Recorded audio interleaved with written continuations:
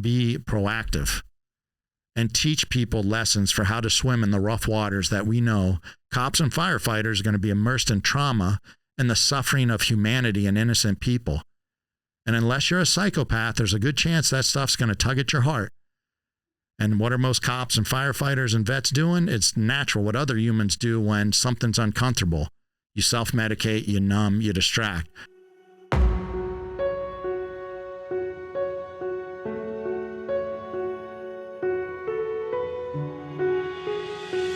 Hey, welcome back, everyone. Before we get into this episode, I need to take care of some things on the business side of the house, which helps me bring you this podcast. This episode is brought to you by Trident Coffee, the veteran-owned brand where every sip inspires you to live life full steam ahead. I've been drinking their coffees for a while now, and I'm glad to partner with a company whose products I use. At Trident, they're more than just coffee. They're storytellers. Crafted by veterans, their instant cold brew is perfect for those who serve, those who have served, and anyone who values wellness. Featuring natural ingredients like organic mushrooms, adaptogens, and nootropics. It's more than just a morning pick-me-up. It's your new wellness ritual. Enjoy it at home or on the go, wherever your day takes you. Trident Coffee isn't just about great-tasting coffee. It's about empowering you to be the healthiest version of yourself, because great veterans make great citizens. Try their instant cold brew today, along with many other coffee products, and taste the freedom of wellness.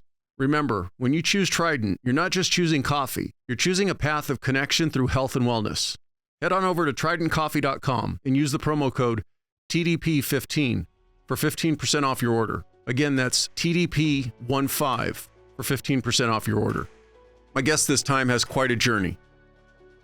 From growing up, living and breathing, playing football, to being recruited to go to the Air Force Academy, but then having to transfer to Colgate University, and then on to law enforcement. He's persevered through many injuries, dealt with mental trauma, and today he's giving back to veterans and first responders as the tactical chaplain. I know you'll enjoy this conversation, so let's get into it. Here's episode 146 with Matt Domyancic. This is only the third in-person one I've done. When I started this podcast, I imposed the logistical constraints on myself of wanting to do all my interviews in person. I believe from having listened to many podcasts before I ever got going, the ones that were done in person just seem to have a better organic feel to them. Mm-hmm. That I was like, okay, that's what I want to do.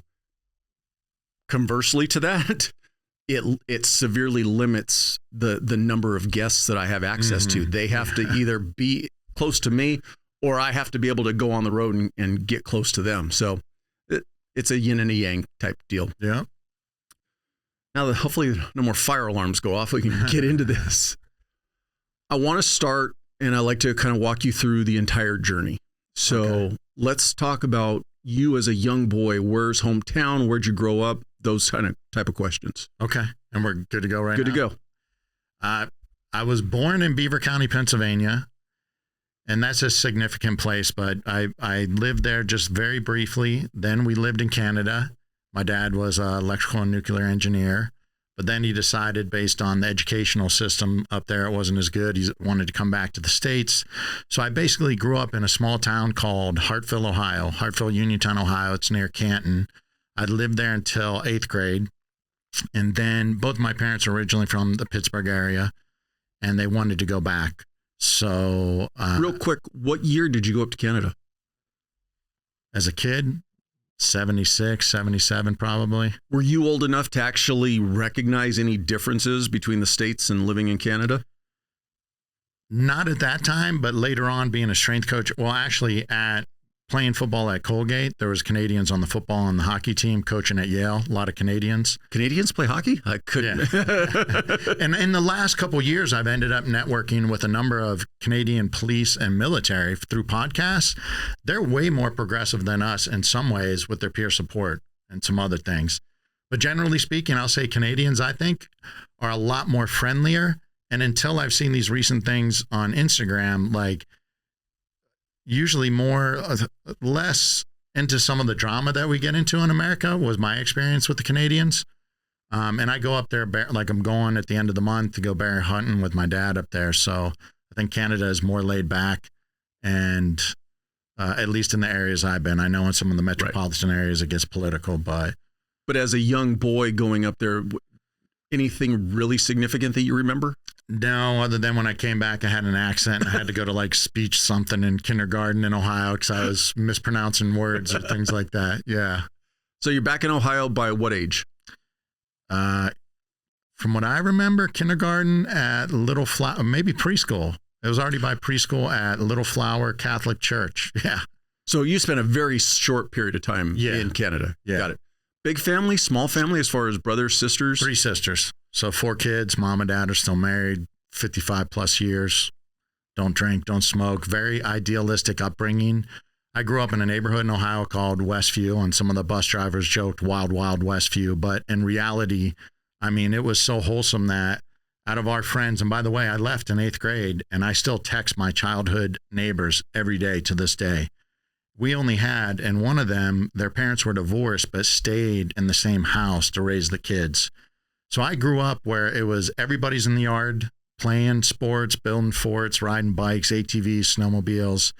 Mom and dad's like heavily involved in a community where you leave your doors open, and it's just a totally different world. Like everything was sports and playing and super wholesome. And at that time, I thought almost everybody went to church on Sunday and everything was shut down. I think they called them the blue laws, but nothing was open other than church, and you do family dinners and you play with your friends. So I would not change my upbringing in a small town in Ohio. And then high school in Beaver County, Pennsylvania.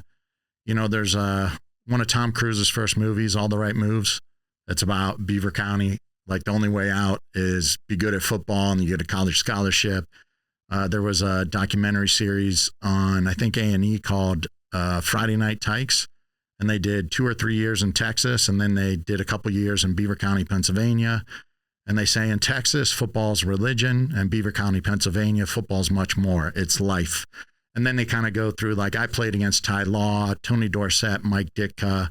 My dad played youth sports against Joe Namath. It's like super crazy sports towns and not uncommon. Like I graduated with 150 people, and these are public, middle to compared to around here, like lower income. And you're going to have 2 or 3 guys that go D1. And depending on the high school, there could be even more, like the Aliquippas where Ty Law and Mike Dick are from. So super fanatical about football, faith, family football, really good, what I would say, wholesome values. And yeah, my life was pretty much sports, lifting, hunting, shooting, spent a lot of time with my dad. Me and my dad thankfully had a wonderful, tight relationship. He was my coach and all my youth sports. And then because I had 3 sisters, he founded the girls softball league in Ohio because the girls didn't have a sport to play in the summer. And he also instituted drafts for all the youth sport teams. So you could only have 2 parents that had their kids on a team. And then first team pick last. And I even see it here in Southern California. You get 4 dads with good kids, and you have these all-star teams, and they're like blowouts. I don't even know what the kids are learning. So my dad was super involved trying to teach life values through sports, which I'm so grateful for, as well as work ethic and a really healthy spirituality, not religiosity or churchianity, but a private faith life that for him, he role modeled so well that it anchored his life. It's not running around telling other people how to live their lives or what your beliefs are. Like bust your ass, live a good life, serve your family, serve others, and do the best you can in whatever it is you're called to do. And so, and he loved the woods and he loved guns and hunting. So my whole freaking life was like guns, shooting, if I'm not at sports or lifting. Just a very quick side note. It'd be amazing how much better this place would be if so many people would just focus on lead by example and stop trying to tell other people what to do. Just keep your mouth shut. Live your life by what you believe in and let people see that. And then that will be the message that gets spread. Actions speak louder than words. And, you know, I don't want to go into it right now, but a quick definition of spirituality, like based on the work I've done in sports ministry and as a police chaplain, which, by the way, a lot of police chaplains are not effective or they can be dangerous, but it's more about spirituality. And quick definition of spirituality is living out the values most important in your life. And if somebody's, quote, religious, well, sometimes the way they're living their life doesn't align with their beliefs. So that's not a real healthy spirituality. It's also how you relate to others, your closest 3 to 5, which is so important for longevity and healing. How do you relate to your community? And when it comes to first responders, who's more intimately involved in the most real things in a community than the first responders? How do you relate to humanity? And by that, I mean, we're in a very dualistic society right now where it's us against them and it's black and white. As you grow psychologically and spiritually, especially through hardship and suffering, you should see what you have more in common with all humans rather than picking something that you differentiate and then let's be tribal and argue. If you believe in a higher power or God, how do you relate to that? And if you don't, that's fine. What's your greater good? What are you serving that's beyond just yourself? And then what's your framework for finding meaning and purpose, even through suffering and darkness and pain and things that are unfair? So that's how I would define spirituality, and actions speak louder than words when it comes to that. It's not telling people what you believe and trying to teach, preach, convert, and defend things.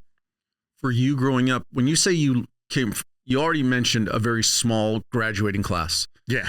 And I'm assuming very rural, but what population size are we talking about for the town you grew up in? I wouldn't even know. Now, Ohio was rural, suburbs and rural. Western Pennsylvania is, it's not rural, but gosh, even the city of Pittsburgh, you leave and then there's just beautiful rolling hills and trees and differences. Even the doctors and lawyers in Pittsburgh are, or used to be at least, still like deer hunters, and they might live in the same neighborhood as a high school janitor and nobody cares. Like it's just a lot different culture. So I couldn't even guess, but 20, 30,000 people in these small towns, most likely. Yeah.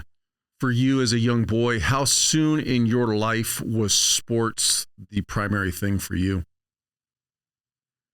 My God, my parents had us involved in swimming, gymnastics. Since I had sisters, I had to do dancing as a kid. And my dad, he said, you're old enough to know who Lynn Swan is. Mm-hmm. He was like, Lynn Swan did dance.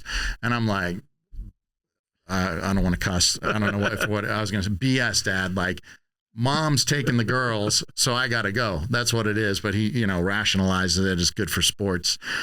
I played football, baseball, basketball, soccer all the way up till 3rd grade. And then I remember crying because the soccer coach said, you got to pick, because I was skipping soccer practices for football practice and football games. And I loved playing all of them. So super duper at a young age. And in my neighborhood, even the kids that didn't end up playing high school sports, we had hoops in the driveway all night long, playing basketball, playing full contact football.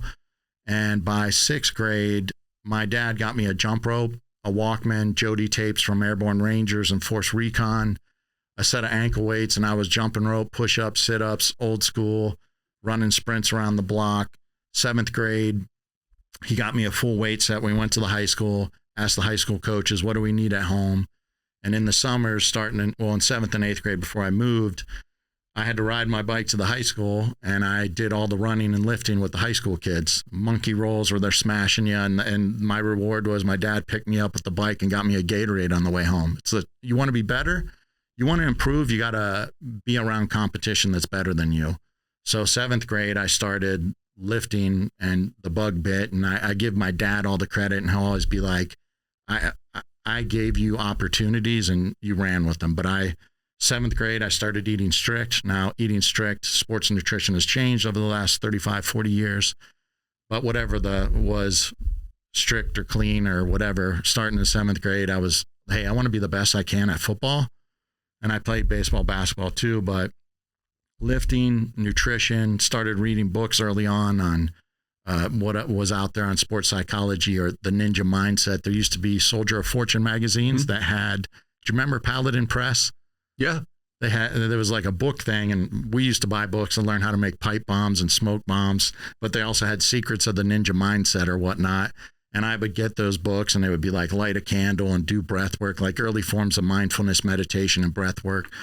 So I was like, whatever I can do I want to squeeze every ounce of this opportunity to play sports. And I eventually chose football, even though I was better at baseball, and it kind of broke my dad's heart. I made varsity baseball as a 9th grader, was starting DH on a state championship team, but I didn't love it. My sophomore year, I started both ways. Fullback, linebacker, was on every special teams. They called me like the 48-minute man as a sophomore, which in the WPIAL in Beaver County is like a big deal. But I was only a $185, and a bunch of the D1 schools were there to watch guys like Ty Law, who eventually ended up in the Hall of Fame. And they're like, listen, if he can get to 230 his senior year and not lose a step and get 1,000 on his SAT, he can go anywhere he wants in the country. So I'm like, done. That's what I want to do. I'm a $185. I got to focus on lifting. And my heart wasn't in baseball as much. And my dad had taken me to an unofficial visit to Ohio State, and they took us to Raisin Rack. And I think it's still a company. And it was their nutrition company that had all their protein shakes for Ohio State football. And they sat me down with Mike Francois, who was a pro bodybuilder back then. And the nickname was Priest Turned Beast. He was in seminary to be a priest in Columbus, Ohio, and met his wife at Gold. So he dropped out of seminary, was a pro bodybuilder, and pretty big at the time. And I remember I had a notepad, and he's like, you got to eat 6,000 calories a day, every 2 to 3 hours, have a positive nitrogen balance. This is what you got to do. So by your senior year, you're at least 230. So I wrote everything down. Mom, this is what I need to eat every meal. My dad bought me all the supplements they told us to get from Raisin Rack in Ohio. And I really think they're still open. And yeah, I ran with it. Fitness and sports have been part of my life since then. And I do believe, and we now know that even research-wise, fitness and nutrition are deeply tied into mental health, which is why it's so important for everyone, but especially first responders and vets. But I also feel and know that it built... Move that just a little bit closer to you. Okay. It built life skills that translated into when other challenges came up in life, emotionally, physically, medical issues, like learning how to grind and have the lifestyle habits to eat clean and work out, even when you don't feel like it, translates into working through other issues and problems and adversity in life. I think about it now as an adult, and you as a young boy needing to eat 6,000 calories a day, and the amount of food that, because I look at it, I mean, I think I eat relatively clean, and I look at the amount of preparation and shopping and everything else to stay on top of it, and I'm not getting anywhere near 6,000 a day. I'm trying to hit like around 2,500 to 3. Yeah. And it's cool to think that your parents were on board with the amount of food that you were going to need to eat. My mom prepared everything, so I would tell her, this is what I want for breakfast, this is what I want for lunch, dinner, before, and we now know this isn't right, but before bed, it was like a can of tuna, hard-boiled eggs, a protein shake with a ton of ice cream and milk and peanut butter that has a bunch of bad stuff in it, but yeah, it was pounding calories and really high carb, but mom and dad fully on board, my dad getting all the supplements, and that was an important thing my dad taught me when I was young was always seek not just a competition level. I told you about, hey, we're going to meet the high school coaches. When I was in middle school, he signed me up for baseball with the high school camps. Like, if I'm with the kids my own age, I'm pretty good, or I might be the star. He put me with kids 2, 3, 4 years older. I'm not the star. They're going to try to trip me and pick on me, and he wants me to learn how to stand up to myself, but also compete with them athletically. And then random things like as a sophomore, he dropped me off at a Coast Guard station to talk to some officer. I'm like, what, on a Saturday? And then I get home and he talks to the guy and he's like, you didn't make enough eye contact. You didn't shake his hand firm enough. My dad was always trying to get me mentors or put me in positions to learn from other people. When I was a young kid in Ohio, he paid for Jack Dolores. He was a Major League Baseball pitcher that happened to be in Ohio that owned a sporting goods store. Jack DeLorean, maybe. He paid for him to teach me and one of my buddies how to pitch. Like, my dad's never trying to be the expert or guru. You have an interest in this, Matt? Let's find where we can take you to somebody that is a quote expert and knows a little more. What can we do to help you achieve your goals? On the flip side to that, though, how were you academically growing up? God bless my dad. When I was in elementary school, a lot of Saturdays I had to either go to math contests or power of the pen essay contests. And I remember hiding in the closet because sometimes I wouldn't tell my parents, like, this Saturday I'm supposed to be like writing essays all day or go to the math contest. And I remember my dad screaming because the teachers were called and like, Matt's not at the bus. So my dad had to drive me straight to this. It was either the math competition or essays. And he's like, listen, God gives us all potential, and your gift back to God is fulfilling that potential and using it to serve others too. So like, if you're good in school, like, you need to get good grades, like if you have that ability. So always the jock and the meathead. And I had a mullet in high school. My dad hated that. Long mullet, jacked up K5, old Chevy Blazer, stick shift, kind of a hillbilly, but in National Honor Society, in all the advanced placement courses. Always a really good student. And when I was younger, it came fairly easy. I wasn't as studious as, say, my younger sister, who ended up with like a doctorate in pharmacy and an MBA by the time she was 23 or 24. Wow. But she was somebody that, like, you know, studied real diligently. She had better study habits than me. I was so focused on sports all the way through undergrad that I could still get good grades, but I could have got better grades if I focused in more. It wasn't until the second and third master's degrees that I actually really focused, and I had to more because I did have some issues from my medical problems where my cognitive function wasn't as good. So I had to work harder. But always, I've always been a good student, and that's my dad wouldn't accept anything less. And that's good that your dad was pushing both sides of the coin, because I could imagine being involved in all the sports, being so dedicated and regimented on the training that all of a sudden now it's 9 o'clock after practice and, oh no, I've still got 2 hours of math homework that I've got to get done. Mm-hmm. And the academics start falling off just because it's hard to find 29 hours in the day to make them both the priority. Yeah. So for you, it was easy to find that. However you did it, you maintained a good balance, both academically and sports. Yeah. And I think this is older research, and I noticed it myself. In season, in high school and in college, you are better at time management. Like, if you want something done, give it to a busy person. They're going to figure it out. So if you don't have things that you need to check the box every day, then you can procrastinate, or I'll get to that later. So I think, at least back in the day, when we didn't have social media, and I don't know if that's changed things, but I think typically in season, athletes used to get better grades, the ones that were applying themselves. What year did you graduate high school? 93. And at that time, where was your future plan set? Was it college and sports, or was it? Yeah, I was focused since maybe third or fourth grade. Like, I want to play college football and I want to serve in the military. So my dad already had me prepped, like, you should go to a service academy, West Point, Annapolis, Naval Academy and Air Force Academy. So, and he wanted me to check out Coast Guard Academy too. And I had a full ride to VMI. So I was super lucky. I had appointments to all 4 service academies. And I didn't know what the Ivies of the Patriot League schools were, but my dad was like, nope, those are the only schools you can talk to. Where did the desire to serve come from? My dad wasn't in the military, but like super patriotic, loves military history. When I was a kid, it was like when there was only a couple TV stations, but when the Dirty Dozen, Battle of the Bulge, whatever military movies were on, like, Matt, run into Patton's on again. So, just growing, I think Ohio too and Pennsylvania are like, it's an honorable thing. It's very different here in Southern California, but it's still an honorable thing to say, like, hey, it'd be a good idea to serve your country. You can learn some good lessons, and it's, at least for my dad, those are great academic schools. You can play Division I football. Then I thought I wanted to be in the FBI. That's what was another thing. Like, so, hey, I want to be in the military. And then when I get out of the military, I want to be in the FBI. So that course was kind of set. And then I did get tempted by just schools for football, being that all 3 years I started both ways in an area that's like a hotbed for recruiting.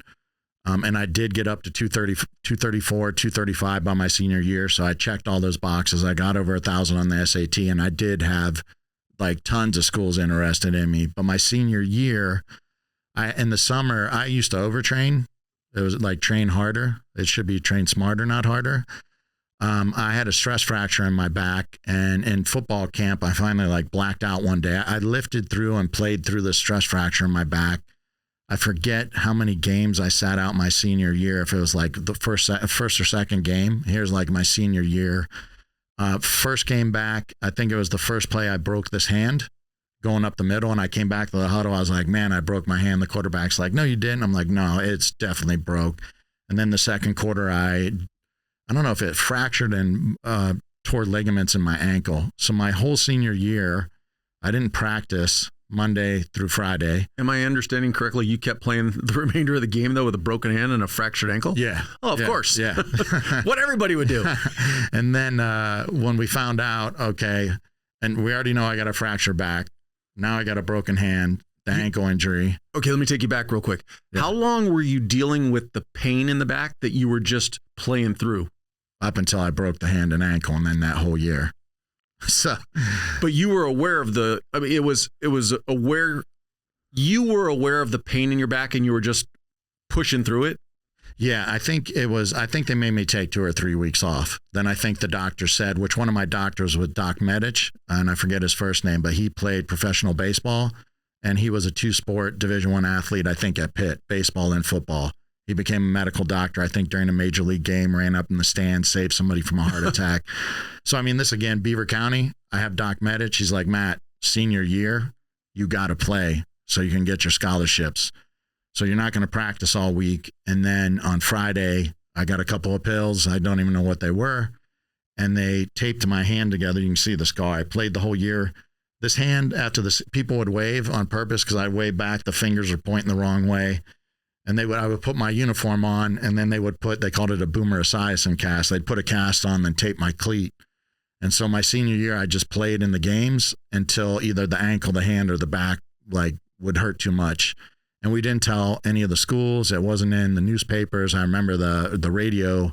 I remember some radio shows talked about it. Hey, Matt Domyancic has all this stuff going on, but it wasn't in the newspapers. And then at the end of the season, when all these big time schools come to pull you out of class, they had to re-break my hand, and it had big metal pins. I had a cast on my ankle and crutches, and I had a back brace. So I'm only a 5'10" white boy. So I'm already small for all these big time schools. And then it's like I got 3 major injuries. So looking back, these are the things that I think are blessings. I would have done fine if I went to a big time football school.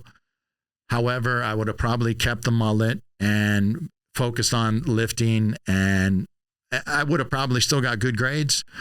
But then it's like, wait, West Point, Annapolis, Air Force Academy, Coast Guard Academy, Harvard, Cornell, Columbia, they still want me. And my dad's like, that's better for you anyways, you knucklehead, And to be honest, going to a boot camp, getting the mullet shaved off, freshman year at a service academy, I was the last class to do SEER school, survival, evasion, resistance, escape. Those types of things when you're 18, 19 make you grow up a lot. So I wouldn't trade anything. I did 2 years at Air Force, broke my eardrum boxing. They put all the football players in the same gym classes. So I broke my eardrum, caught a hook, compressed air, wasn't going to be able to fly, couldn't Valsalva. And I visited Harvard, Cornell, and Colgate. Back then you had to drop down a level to not sit out a year. I did talk to West Point because I was like, man, I wanted to fly. I'm going to pause you right there before we get deep into that. Okay. Just one question I have in listening to your story. And I apologize if this in any way comes across sarcastic because I don't mean it that way. As driven as you were for sports, and obviously as good as you were in the environment that you were operating in, because I don't think a lot of people realize when you come from a hotbed of a given sports area, to be a 2-sport or a play both ways athlete, that's quite an accomplishment. Mm-hmm. But did you already know in your heart that the pros were not going to be an option for you? I think there was always that daydream that I would like that, but my dad is such a realist and so much about education that it was like, this is what you're going to do. You're going to go to school, and when you're done with school, if you want the FBI, you should go to law school because that's what they used to say, law school accountant or, prior law enforcement. He's like, no, you need to go to law school. So in my mind, I think the dream was there, let's hope, but I did focus long-term, like I want to be in the FBI after I get out of the military. So your focus was, I'm going to use sports to get me to college as preparation for a career either in the military or law enforcement. That was kind of your path. It was, but I would say it wasn't as mature as you might be presenting it. Okay. Because I loved football. Got it. Like I said, like I love football. I loved lifting weights. I loved eating strict. And I thought, man, when I go to college, everybody's going to be like me. Lifting's important. Eating strict's important. Meditating and journaling, all these things that we now know scientifically work. And then you get there and it's like D1 football, even at the academic schools. And then later I coached at Yale, Georgetown. I've coached NFL Combine Prep. Here's the reality the public probably doesn't know. A lot of Division I athletes and a lot of professional athletes may not eat that well and may not work out hard. Like a lot of it is genetics. I think I've heard Ocho Cinco talk about how he loved to eat McDonald's. That was his go-to meals. Yeah. Even during the season, it was not like a treat meal. That was just his go-to meal. Yeah. And they'll still have a six-pack abs and run a 4.640 and jump a 38-inch vertical or whatever. Yeah. Yeah. So that was a little funny thing too about my dad raised me in a way to have really high expectations for myself and to compete against myself. But then there's this thing of expecting other people that are on your sports teams or even in friendships and relationships. And definitely when you become a cop, like, why the hell isn't everybody else like shooting on their own, doing some martial arts, training, because we don't get enough training. Like, so over a lifetime, I've had to learn to lower my expectations for those around me and still be encouraging and affirming, but realize there's few people that are, my girlfriend calls me an A++er. Like, don't expect me to do the way that you do everything, Domyancic. So, yeah, I love football and that was my number one thing, but I always did the education thing because if anything, even a guilt trip from my dad, like you got to take care of business and academics. I had a recent guest, Ryan Williams, who's a former Navy SEAL, and he's gone on to be a successful entrepreneur. And one of the things he talks about is I had to realize that not everybody that I was going in to do business with looked at doing business in the same positive way for both sides of the coin. Yeah, yeah. And so you initially, maybe even to a degree, naiveness, thinking that I'm doing business with this other person and we both want the same positive objective. And unfortunately, not everybody's fighting to get to the same positive objective. Yeah. So yeah, that's the unfortunate thing is that you can be driven and you can hold yourself to a certain standard. Doesn't necessarily mean that everybody around you is going to. And if you don't realize that you have to not, I don't want to say lower your expectations, but just don't let it bother you as much when somebody doesn't hold themselves to the same standard. Yeah.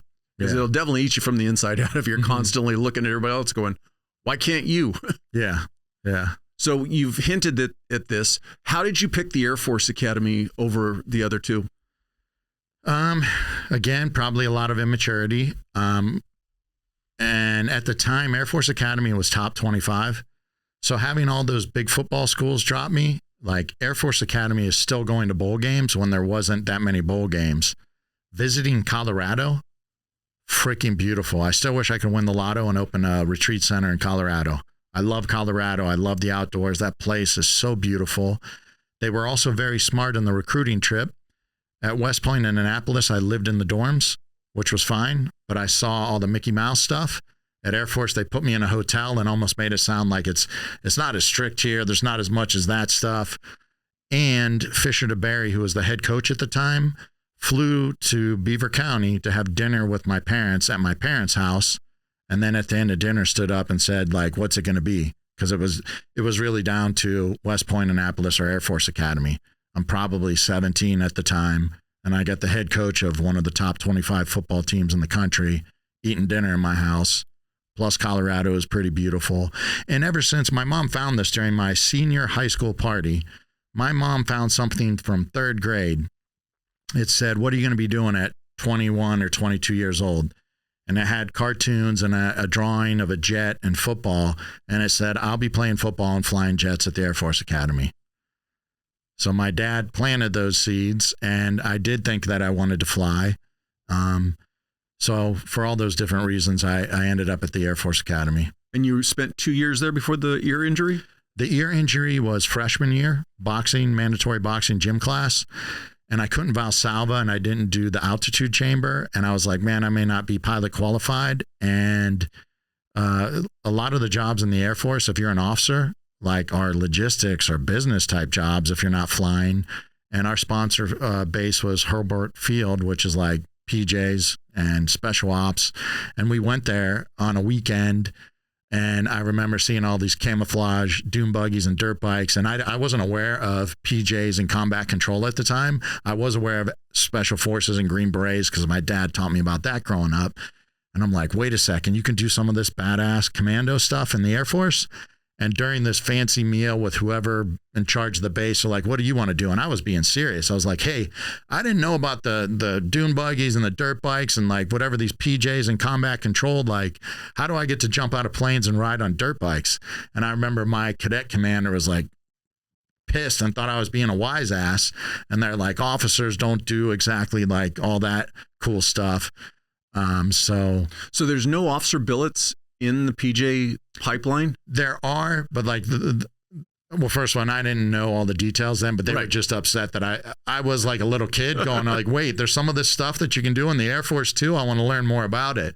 And I didn't take the time to try to learn more about it and be like, hey, I'm going to stay here and then just try to go that path. I was like, listen, I don't want to do 5 years in the Air Force if I can't fly. And I don't know enough about the special ops stuff. West Point, SF, Rangers, better chance of that stuff. But then, and I was keeping it on the down low. I wasn't telling people. Most people leave their freshman year at boot camp like, this isn't for me. Your sophomore year, once you get through that, then you're allowed to have a car. You get weekend liberties. It's like, it's way better. So they made me see a counselor when I finally did say like, hey, I'm thinking about leaving. And the counselor's like, what are you going to do? I'm like, Harvard, Cornell, and Colgate offered me football scholarships. He's like, I'm not going to talk you out of that. Like, it's not going to ruin your life. But when I had finally talked to some other cadets, like, listen, I think I'm going to transfer.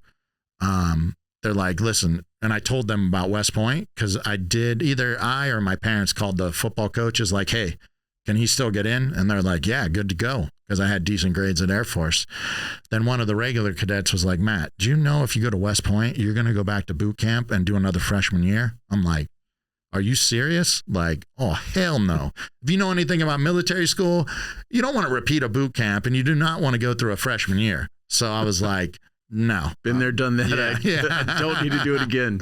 Yeah. I will say, just as a side note, I've not had a PJ on the podcast, and if anybody knows one and can recommend them to me, I'd love to sit and talk with one. But they do a great job of keeping their secrecy of actually all the stuff they really do. Mm-hmm, and then to in a way kind of overgeneralize it.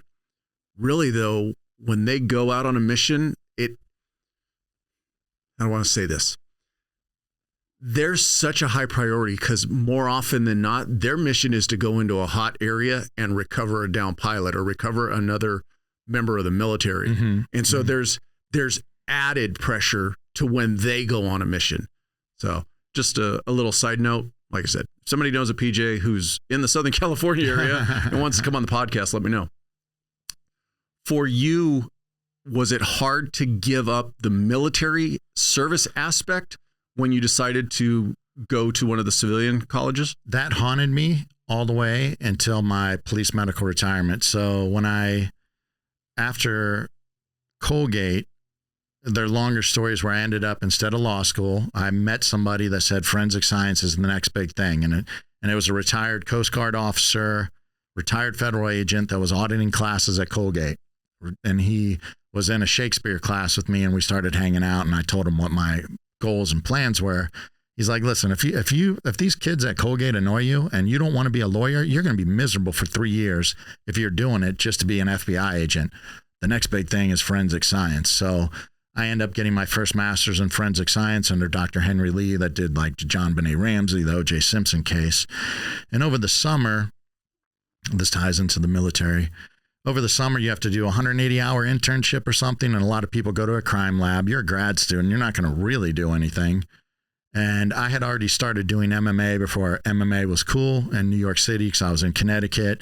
My instructor there, Vinny Giordano, was like, I didn't know how well known he was and that I was getting to train with him for free. And he's like, Matt, you want to be in law enforcement? I'm going to connect you with one of my friends, Tony Blauer. Do you know who Tony Blauer is? Spear System. So before I'm even a cop, long story short, I'm going through law enforcement training courses with Tony Blauer. I find out about contract training facilities in the 90s.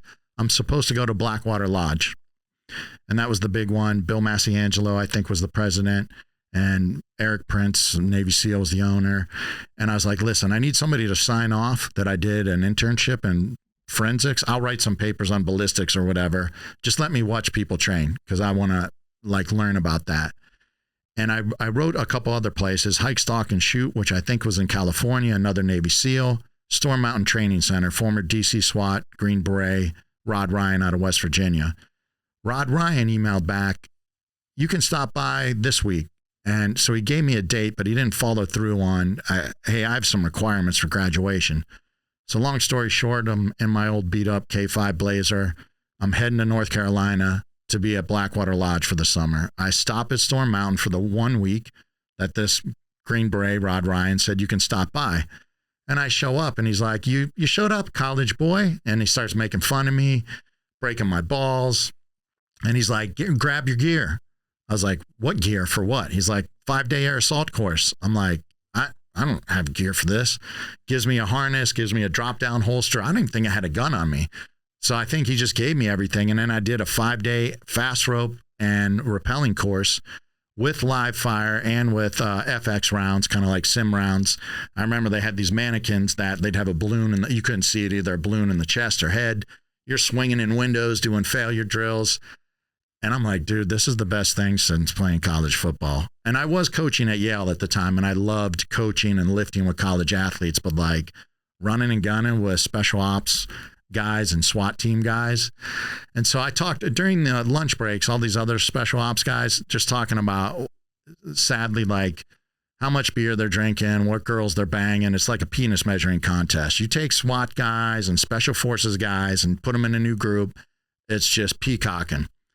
And I already had a deeper conversion in my spiritual life, but even before that, I was raised different. I don't need this locker room. Rod Ryan had 2 teenager kids that were into hockey. And I was already a strength coach, so on lunch breaks, I talked to them. Well, they told their dad, you know, Dad, Matt's going to Blackwater Lodge this summer, yada, yada. So on the Friday, after this 5-day air assault course, Rod had a bonfire, kind of like a graduation ceremony, gives out the certificates, and he comes up to me and he's like, I heard you going to Blackwater Lodge. I'm like, well, yeah, like there's this internship thing for grad school. It's a requirement. He's like, do you want to hold a clipboard for squids? You want to stay here and train like a man? I'm like, I'll try to find a place to live. He's like, I got a bunk room underneath the gun store and you can eat meals with my family and you're going to train. Whoever comes in, you're going through the courses. I guess I'll call Blackwater and tell them I'm not showing up. So for 3 months, I trained with military and SWAT team guys, CQB, sniper schools, combat handgun over and over and over, carbine, shotgun, vehicle courses. And I got really good at running and gunning compared to my dad's a reloader. I grew up 1 shot, 1 kill. But, you know, we're at the rifle range. Everything's got to be like slow, close your eyes. And I learned how to run a gun. I loved it. And I loved all these enlisted special operators were more like my football buddies from high school or college. And even the college football players at the elite schools, you know, the Ivies and the military, they're a lot of just blue collared, down to earth or lower income, or even if they're rich. It's just, there's a certain personality about them. And that's what there's a natural grind to them. Yeah. They understand that nothing's going to come easy and the last thing they're going to do is quit. Yep. And at those schools too, there's other guys like me that are like, yeah, I'm going to use football to get into Yale and get a great education, then go to med school or law school, or even if it's a Peace Corps, I'm going to do something to better myself and enjoy playing football and push myself. So I was like, that summer was an eye opener. A few feds came through some shooting schools and they were not like the movies. And I had some feds in my forensic science classes that were like, I remember seeing one out when I'm with the Yale strength coaches.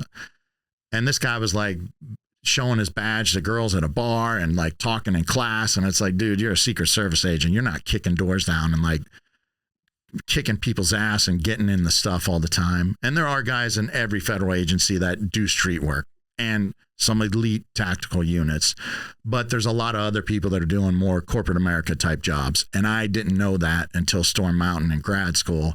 So it kind of like changed my whole, like, wow, maybe I don't want to be in the FBI or the Marshals. And because I thought, because the Marshal movies were big back then. So I'm like, I'm going to apply to all those. So was the desire to go federal just merely kind of, I don't want to say a misdirection as a kid, but you watched movies as a kid and you thought federal law enforcement, that's the way to go. And dad. So your dad was pushing it. Dad and the movies and all that stuff. Got it. But you didn't have any, did you know any actual FBI agents or? No. Okay. No. So grad school, and to be honest, Colgate, when they recruited me, because my dad was also upset that I turned Harvard down. How, you're going to leave Air Force Academy? How the hell could you turn down Harvard? I'm like, I didn't like the city. I didn't like the school. I didn't even like the coaches. Like, it was like, why wouldn't you come to Harvard?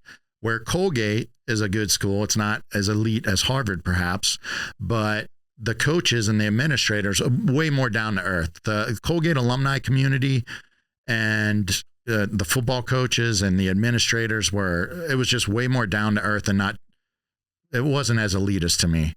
And the football coach, rest his soul, Ed Argas, passed away, put me in touch. He knew I wanted to be a federal agent. So as they were recruiting me, we got football players that are in these different federal agencies.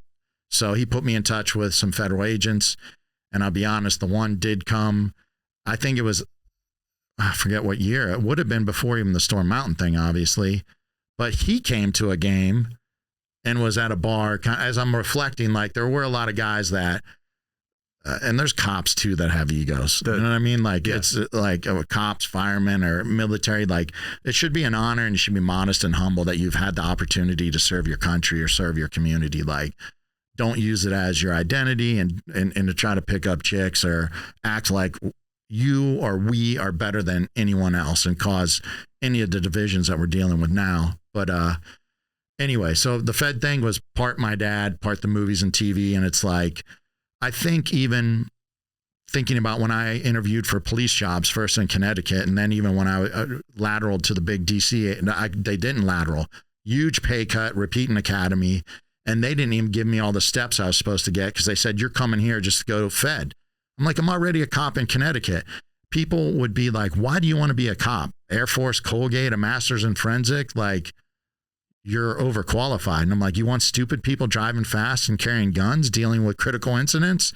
From the flip side, though, hanging out with all of the military operators. Oh, no desire to kind of repivot and go back to the military. So that's where you got me. So by the end of that summer, Rod Ryan took me to 19th Special Forces Group, and I was ready to enlist. And I came back, started my second year of grad school. I'm coaching at Yale. And my buddies at Yale, especially Russ DeRosa, who I just visited, he's the head strength coach for BC Hockey. He's like, Matty, like, you're halfway through grad school. Like, you're going to go be cannon fodder as an enlisted SF guy? Like, he literally said, the football in you is still talking, buddy. Like, it's over. Hang it up. But the desire was there after that experience. And then throughout my police career, I kept looking into SF National Guard thinking, hey, when the time's right, because departments, as I learned, department can't let you go, but you shouldn't do it early in the career. And I wanted to make a SWAT team and then think about going in the National Guard. So it was always there that I felt like I didn't fulfill my obligation. And there probably was something when I was younger that I want to prove to myself that I can do something like that badass, that right. Like what I thought was noble based on the way my dad raised me. Did a 6th grade history project where I marched around in the backyard to the Ballad of the Green Beret. My dad had the record player, the old VHS. I was in tiger stripe camis wherever he got them. And then we went to the range and I went through shooting every weapon that we had from World War I to the M1 Garand, M1 Carbine, World War II, AR-15. And it was like a history project. So I was drilled in from an early age, like about Green Berets and about military service. So there was always wow, I never really check that box. I'm considered a veteran. I got a DD 214, but I was in school getting yelled at and doing all the stuff they do at the service academies. So you mentioned you started your law enforcement career in Connecticut. Mm-hmm. How much research did you obviously pivoted away from federal law enforcement. Yeah. How much research did you do into the type of agency you wanted to work for before you applied to your first agency? Not enough. So I finished the forensics thing.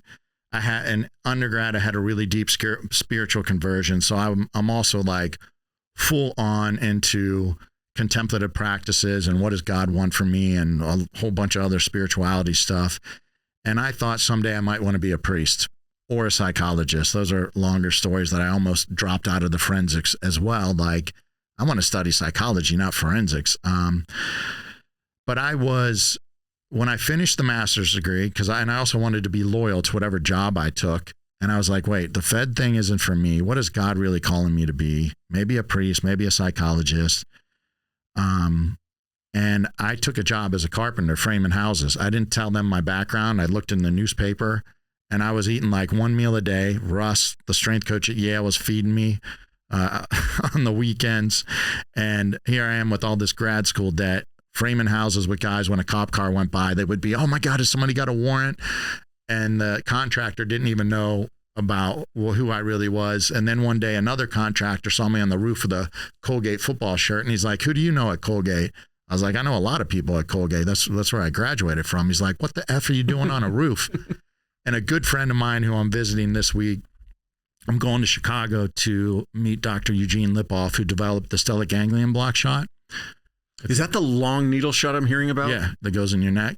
We're going to try one with Botox. Those are longer stories that are through some very nice special forces guys that I've recently met that made that connection. I've had a guest who's already tried the shot therapy. Mm-hmm. And he said initially it's great, but apparently it's got a short lifespan to its functionality. I've had 3 of them for free because I don't have the money, but I've had 3 of them and they dropped my blood pressure and improved my heart rate variability for 1 to 2 days. So I was like, oh, good. And then I have met people that say I can sleep like a baby and it chilled me out and it helped them go for months or years. Well, talking to Dr. Lipoff, which I can't believe he called me, but Paul Tulin's a former Special Forces commander that somebody networked me with through the volunteer work that I do at the VA. And he's like, you've had 3 of them and they didn't work. I'm friends with the doc that created. I'm going to have him call you. And I'm like, no way. He called me. And as he explained it, the anesthesia they use, it's only active for 8 hours. But for some people, that's enough to reset the parasympathetic nervous system for weeks or months. And then whatever your issue is, maybe work on it more. If we dove in at heart rate variability and I already do all these things. I'm still struggling with sleep. He's like, maybe you have kind of tough or stubborn nerves. So he said, we can do Botox. Botox lasts longer than the anesthesia. I think 3 to 4 weeks Botox. So we're going to try Botox and see if that lets me sleep a little bit better. Now I guess I sidetracked what I was saying. We were talking about how you were working a framing crew with a grad degree. Okay. So my buddy from Colgate, a quarterback from Colgate, Mark Lindell, who I'm visiting, me and my girlfriend are going to stay at his house. And because he's visited us out here in Cali and his kids and all that, he was like, hey, Matt, I know you love Jesus, but you are taking this shit way too far with the whole carpenter thing. He was working in Greenwich at a financial firm. He's like, why don't you at least let me get you an interview down here? Like, you're being silly. And that's where I was going to go with this is coming to the end of your grad program, so driven to go into law enforcement. How were you not already, or were you and just not getting through the testing process as far as like throwing applications everywhere? I mean, I got hired by the Border Patrol. And during that interview, these guys are like, you got BORTAC written on your forehead. I'm like, what's BORTAC? They're like, oh, you're going to go below the border and you're going to do this, that, and this. I'm like, wow, that sounds cool. But when you get the Border Patrol, back then it was 24 hours. You had to say yes. And again, the coaches at Yale, they're like, Maddie, you like all this badass stuff, but you're also like talking to professors and people at the theology department at Yale. And like, you want to sit in a Bronco in the desert with some Marine, like 12 hours a day where nothing may happen. Like, so they were like, so I didn't pull the trigger on the Border Patrol thing. Again, the Yale coach is stepping in. I dropped out of the Marshals process. I think people with education's diverting you. yeah. The U.S. Marshals, I dropped out. I think I scored in the 98th percentile, but this was all like, this was like, I didn't do my homework enough. I have the expectations of my dad and other people. If you're college educated, law enforcement should be, and you have a grad degree, it's federal agencies. But I'm like, so I was in Marshals. I think I don't know if I applied to the Secret Service or I withdrew it or just stopped doing it. Cause I was like, the more people I talk to, I'm like, I really don't want to do that, even though there are some cool gigs. And I've become friends with some Secret Service guys that do cool stuff, but that's not the common track in the Secret Service. I think what you experienced is what I would say probably 95% of us who went into law enforcement experience. We just know that we wanted to be a cop. Mm-hmm. We didn't really understand everything about the job, because let's even take it back to being a city cop. If you told the average person, hey, do you really want to know what being a city cop is? It's driving around in a black and white and handling calls of my neighbor's music's too loud or whatever it is. It's rather boring for the greater majority of, but it's, unless you really have a good network of other cops as you're growing up to kind of really tell your family that really can explain to you what the job is about so that you make an educated decision as to what agency you want to go towards. I was not smart. And what I did decide and I got the job and I screwed Mark out of a couple $1,000 bonus, because if whoever you refer gets hired, once they hit the 6-month mark, I think it was, you get a couple grand. And I was like, dude, the police academy's starting 2 weeks. I can't delay. I'm not waiting for another agency. But what I decided and discerned, I definitely didn't like corporate America. And I had a corporate America job after Colgate very shortly before I got accepted into grad school. Then I was working in Greenwich with finance. Definitely not my gig. I don't care how much money you make. And I was reflecting, someday if I become a psychologist or a priest, or maybe the sports ministry I love, maybe there's something there. I grew up with mom and dad in Northeast Ohio and Western Pennsylvania, like got to go to Air Force and Colgate and I've grinded and worked hard, but I haven't been exposed to a lot of terrible things. And one of my best friends at the time, still one of my best friends, she was at Yale Divinity School and she went on PhD in religion and psych from Vanderbilt and has an MFT, one of the smartest, most well-educated people I know. But I would go to Yale Divinity School classes and people are young, I hate to say this, young, dorky, no life experience, very intellectual about theology. And then we'd go watch him preach at a church. And I'm like, that jackass has no idea what he's talking about experientially. It's all head knowledge. And I was like, so someday, whether if it's a priest or it's a psychologist, I think that based on my experience at Storm Mountain, if I become a cop and get on a SWAT team, I'm gonna be on a team and get to do the types of things I thought that I would do either in the military or the feds. And what an opportunity to learn about spirituality and psychology, because I'm going to be exposed to addictions and violence and things that in Hartville, Ohio and Western Pennsylvania and the communities I grew up, I never saw. So where's the best place to do ministry to me? And when I say ministry, I want everybody to know, I'm not a preacher and I never have been. That's not my thing. Love on other people. Actions speak louder than words. If they know you're, quote, religious or have these beliefs, well, then that's where your inspiration comes from. So I was like, let me go do this. Everybody's going to be hurting, the criminals and the victims. So someday, if I end up in these other professions, it won't be me studying a textbook and then sitting in an office with somebody sharing something that I have no real touch point for. So that's kind of the reasons why I chose to be a local cop. But then because I was in Connecticut, I just shotgunned they had regional applications there. And so I just applied regionally and I really didn't do my homework. And I did want a bigger department, but I was miserable at that corporate job. And, one of the first agencies that picked me up, I took it, went to the academy and worked for 2 smaller agencies that were Connecticut was as bad 25 years ago, like the country is now. charging cops. Somebody in my grad school class got charged with a shooting that was a legit shooting. Didn't get prosecuted, but you destroy his life. The first department I was in, the chief loved me because we were educated, right? He had a master's in something too. And I'm on my FTO still, and he'd be calling me in. You're going to be a detective. You're going to be on SWAT. And I'm like, dude, I have no idea what I'm doing. But he was like such an elitist and really poor leader. We couldn't wear frisk gloves during the day because it was too intimidating. It got to the point, like if you pulled your gun, like paperwork, rotating shifts. Every 2 weeks you go from days to evening to mids. They even knew back then that was unhealthy, right? And he was a terrible leader. And that's one of the problems in law enforcement today. But he was a terrible leader.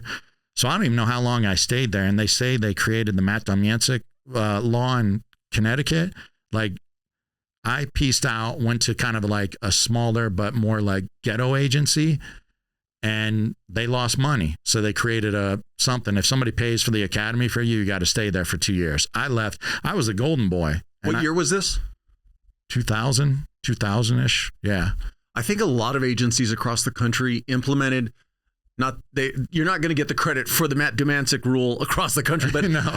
I think there were a lot of young people that came into law enforcement, and it was because you were still at that tail end of where jobs were slim. Getting into a law enforcement agency, even into the early 2000s, was still a little difficult. Oh yeah, it was a pain. And so there were a lot of people that were just taking whoever's going to hire me, and then I'm going to bounce and go to another agency that I really want to be at because they'll look at me easier, or they'll take me more open arms if I'm already a lateral as having to put me through the academy. And I didn't do that. I really was like, hey, let me go there. But that chief, and you know what? The day I resigned, everybody was like, we can't wait because this guy like loves you. And you're basically like, thank you. But how big of an agency was it? I think it was only 80 or 100 people. Wasn't that big. And there was even things like the quote SWAT team. Like these were things that, again, I didn't research. I was even training with people on the Connecticut State Police SWAT, like informally. Dude, I didn't know anybody that was high speed in their training in Connecticut. And the guys at that department were still shooting Weaver and at the academy. And they were breaking my chops that I was shooting modified isosceles and I could smoke all of them. And the one guy, I mean, in that department that just, if you're military, and I doubt these guys are even special ops, then you're on the SWAT team. I don't even think there were SWAT schools. People see things that look ugly that cops do, and even SWAT teams. You don't realize that it's not them being racist or brutal. It's like untrained, failure to train. And I remember the guy saying, where'd you learn how to shoot like that? And I've learned how to shoot like this from people that have killed people for a living. So I kind of trust them, you know? So left that agency, went to another small one, little smaller, but way more action. But then it turned into like on the radio, he's ramming me, but I'm watching him ram that car. Like it was the wild, wild west. I get called on a prostitute that beat up her mom. Nobody can back me up. And it's two women. It's not that it's like the worst deal, but I got two women that are combative. Well, finally somebody comes and nobody else could show up because they've all slept with the prostitute. And then there's, you know, things like after I'd left, I'll say, somebody said, hey, like they're on the news because they were doing police work. But then people are like, to be honest, like lying and like pushing the limit. And the guy that was the DUI king, definitely for the department, but maybe even had a state award. They were getting smashed at the end of the shift and driving home drunk. And everybody not everybody, but a lot of those departments let cops and firemen go driving drunk, even if you're the DUI king. It's so hypocritical. And I was like, God dang, like I don't want to, like I have no long-term future here. And this is like crazy dangerous. After I left, there's some kind of story that, I just remember things were making me uncomfortable. And they were harassing some Hispanics that just started moving to Connecticut. And apparently a priest had a flip cell phone and was videoing it, and they tackled the priest and the phone got broke. So the video wasn't admissible. I think the feds came in and a couple people did get in trouble for civil rights violations. But there was a media clip of the news asking the mayor what he was going to do for the Hispanic population. And he literally said on TV, I'm going to go home and make tacos with my wife. It was like, that was after I left. But the fact that there was no high-speed SWAT teams, that they're charging cops with crimes, that I realized, even in the academy, here I am training with Tony Blauer, Vinny Giordano, the DT programs, or arrest and control, they call it out here, garbage. The scenario training is creating training scars we barely do scenario training, but it's assistant instructors getting overtime that game you and think it's funny to beat you. Then they get mad at me if I don't get beat in a simulations or a hand-to-hand thing. Really bad training. This is across the country. So for all those factors, I was like, dude, I need to get out of here. And I had a rare friend from Colgate that was also a cop. Very few people from the Patriot or Ivy Leagues become cops. He had been a cop in New Jersey, very similar to Connecticut. Then in the DC area, I think he went back to New Jersey, then back to the DC area. Wow. Because it's the same with me, like some of the this is really not good law enforcement. He's like, come down here. I rode along with who eventually was my SWAT commander, who was a supervisor at the time of a bike team of one of the busier stations. And I was like, damn, they're way better trained. They get it done. And so that's the only agency I applied to. And they didn't give me the steps because they said, take it or leave it. You're coming here to go to the feds. I'm like, I'm not. So I didn't get steps for like prior law enforcement experience, DD 214, undergrad, master's degree. I was already certified sniper, firearms instructor. I didn't get credit for any of that. Take a huge pay cut and repeat a 6-month academy. It was. So they made you. Now, is that common on the East Coast, or at least at that time? I think. I remember somebody said you can go to Florida and just go through a 6 or 8 week course to get updated on the law. But there was no laterals at the time. It was a commuter academy in Connecticut. I had to live in the barracks. You got the weekends off, but it was Mickey Mouse, like boot camp again, with people that were not as well squared away as the Air Force Academy. So I was like, oh my God, the DT driver training was a 1980 LTD with a ex-race car driver smoking, had a brake pedal and just mashing the brake pedal to make this old car like shake and rattle. All the training was horrendous. So when you see I wish the public would know, when you see something that's ugly and looks stupid or violent, it's really just failure to train. And the agencies and the politicians are not going to take the liability for that, but that's really what it is. So I took a pay cut, did another academy, got top of my class, which thank God, because then I got to pick my station and I got to go to the busy station. How many years did you do in Connecticut? Only like 2. So basically a year at each organization? That one I don't remember. I might have done even less than a year at that first one. It was like a big deal that I left. And it wasn't my intent to do what you said some people do. It really was a morale issue. Like, oh no, the thing with what you were going to say, and I'm glad you gave me the leeway to say this. It takes a lot for somebody, especially a young man, a young woman coming into an organization, especially if they don't have a big worldview. Let's take a kid who grew up in Connecticut at the time you went through the academy. Mm-hmm. They get into an organization and they just assume this is how it's done. That's how they were trained. That's how that department operates.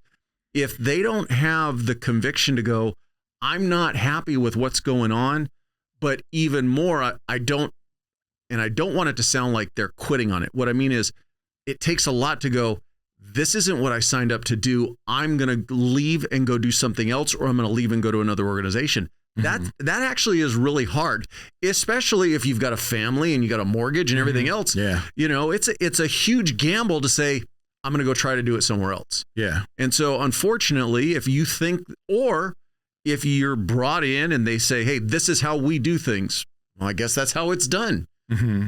And that just becomes how they do police work.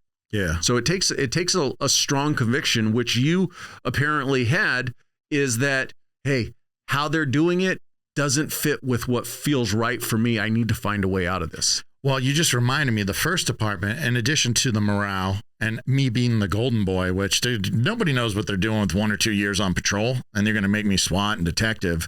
When there was pursuits, I remember being so excited with pursuits. Thank God back then they were still chasing in Connecticut. but there was crashes and fights and canines and multiple agencies. And like, I was always like hustling. And I remember our guys would be like, stay on the perimeter. But I'd be like, no, I'm going in. I saw the guy run in the woods. And there were a couple times where I got in fights with people, and I was training. I had the Tony Blauer. I was doing MMA before MMA was cool. We're going to take a quick break from the conversation. First, thank you for your continued support.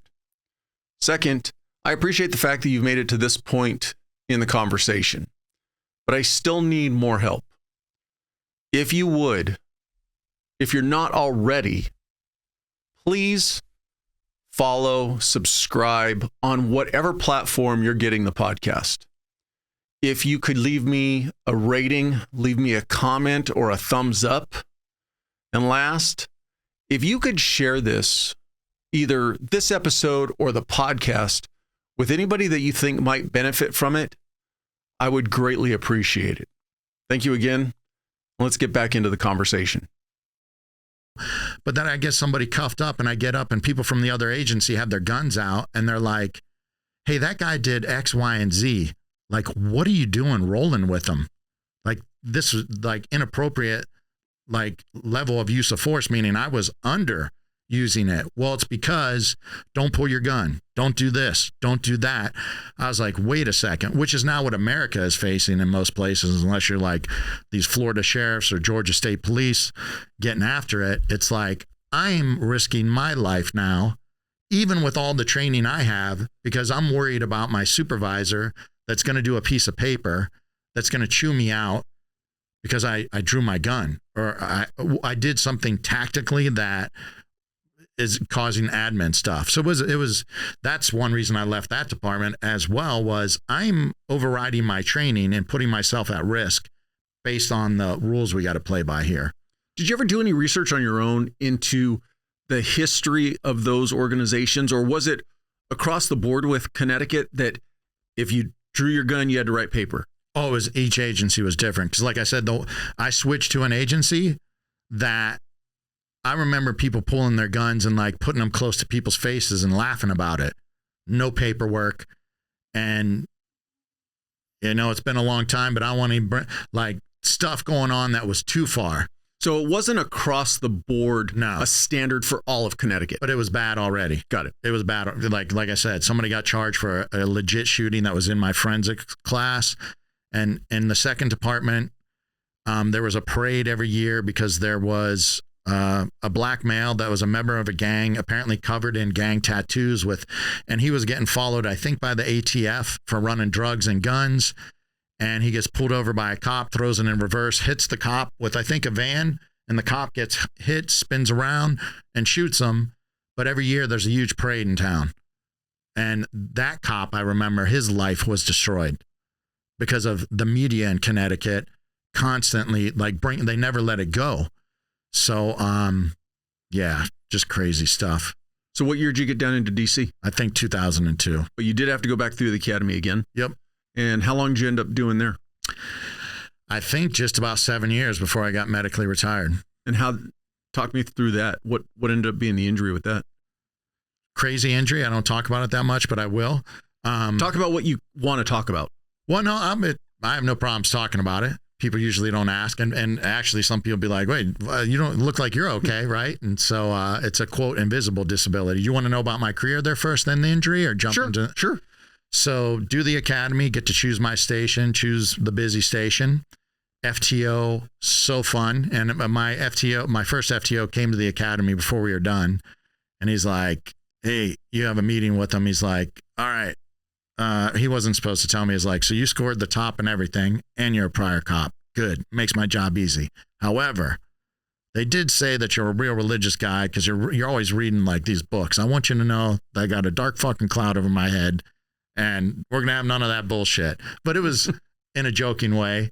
And it ended up being like such a great FTO, so busy, so many good calls. And there was an evening shift back then at that station where I did a part of my shift, part of my FTO. I went from days to eves. And on that evening shift, you had to be nominated by the lieutenant, Marine, longtime undercover narc, back when, you know, you had a job as a janitor and lived in an apartment and really were doing that lifestyle. His whole life was Marine Corps, being a cop and a great leader, like really stuck up for the troops. And on their shift, I had some really good arrests. I had some really good fights. Good fights, meaning like took care of business in an appropriate manner. You proved yourself. Yeah. And they were all nominated by him. And then you had to stand up in front of the squad and get grilled. And then they vote right in front of you. So the only people on his squad were guys that were proactive, guys and gals. There was one girl at the time. And the first couple station commanders allowed that. Like he's the old dog and he gets it done and they get a ton of felony arrests. So let him do his thing. He's not worried about traffic tickets. He wants us hunting for bad guys and taking care of calls. So I don't even know. I hardly had to do any time on day shift and I get pulled to that squad. We do inter squad training and because of the Storm Mountain connection, we even went. We did the paperwork as a patrol squad to go to Storm Mountain, which was like a 3-hour drive, hotels paid for, county vehicles, shooting 1,500 rounds in 3 days as a patrol squad, essentially doing entries and training almost like a SWAT team. And so, man, what a good time. And it was all about... What year was this? 2002 to 2006 is when I got injured. So, I mean... We're 20 years ago now, but the department was still already very progressive in that they were approving an entire patrol squad to go to this training. Oh, yeah. Back then, training was legit. That's why I went to that place. It completely flip-flopped. But at the time, pursuit for any reason, pit for any reason, the whole firearm staff was either former SWAT, former jump out, or guys that their lives were devoted to like guns. We had our own car track, brand new Crown Vics with all the driver training that you got to hammer on, but those were guys that just went to driver schools. Like there'd be guys that dedicated 10 years of their life to being an EVOC instructor. So the training at that department was very good. And it was like, you get pulled over in that county and like, like we got after it. And even the magistrates, we had our own jail at our station because we were the busy district. So unless somebody was on like a list that they wouldn't take there was deputies. We were a PD and we had deputies that took care of corrections. The magistrate, like if somebody mouthed off to a magistrate, it'd be like no bond. And those, at the time, those deputies, especially compared to Connecticut, dude, if people mess around when you were booking them, you just didn't mess around. They took care of business, not in an inappropriate or illegal way, but they took care of business. So great training. It was a great agency, very proactive. So a great time on patrol. I think 2 years in. Now you mentioned county sheriff and county, you were the police side, yeah. But within the county, the academy that you went to, was it your own in-house academy? Yeah, in-house. So the agency was big enough that they had their own in-house training staff and facilities. It was, I think it's top 50 or was. I think it used to be 1,500 sworn. Got it.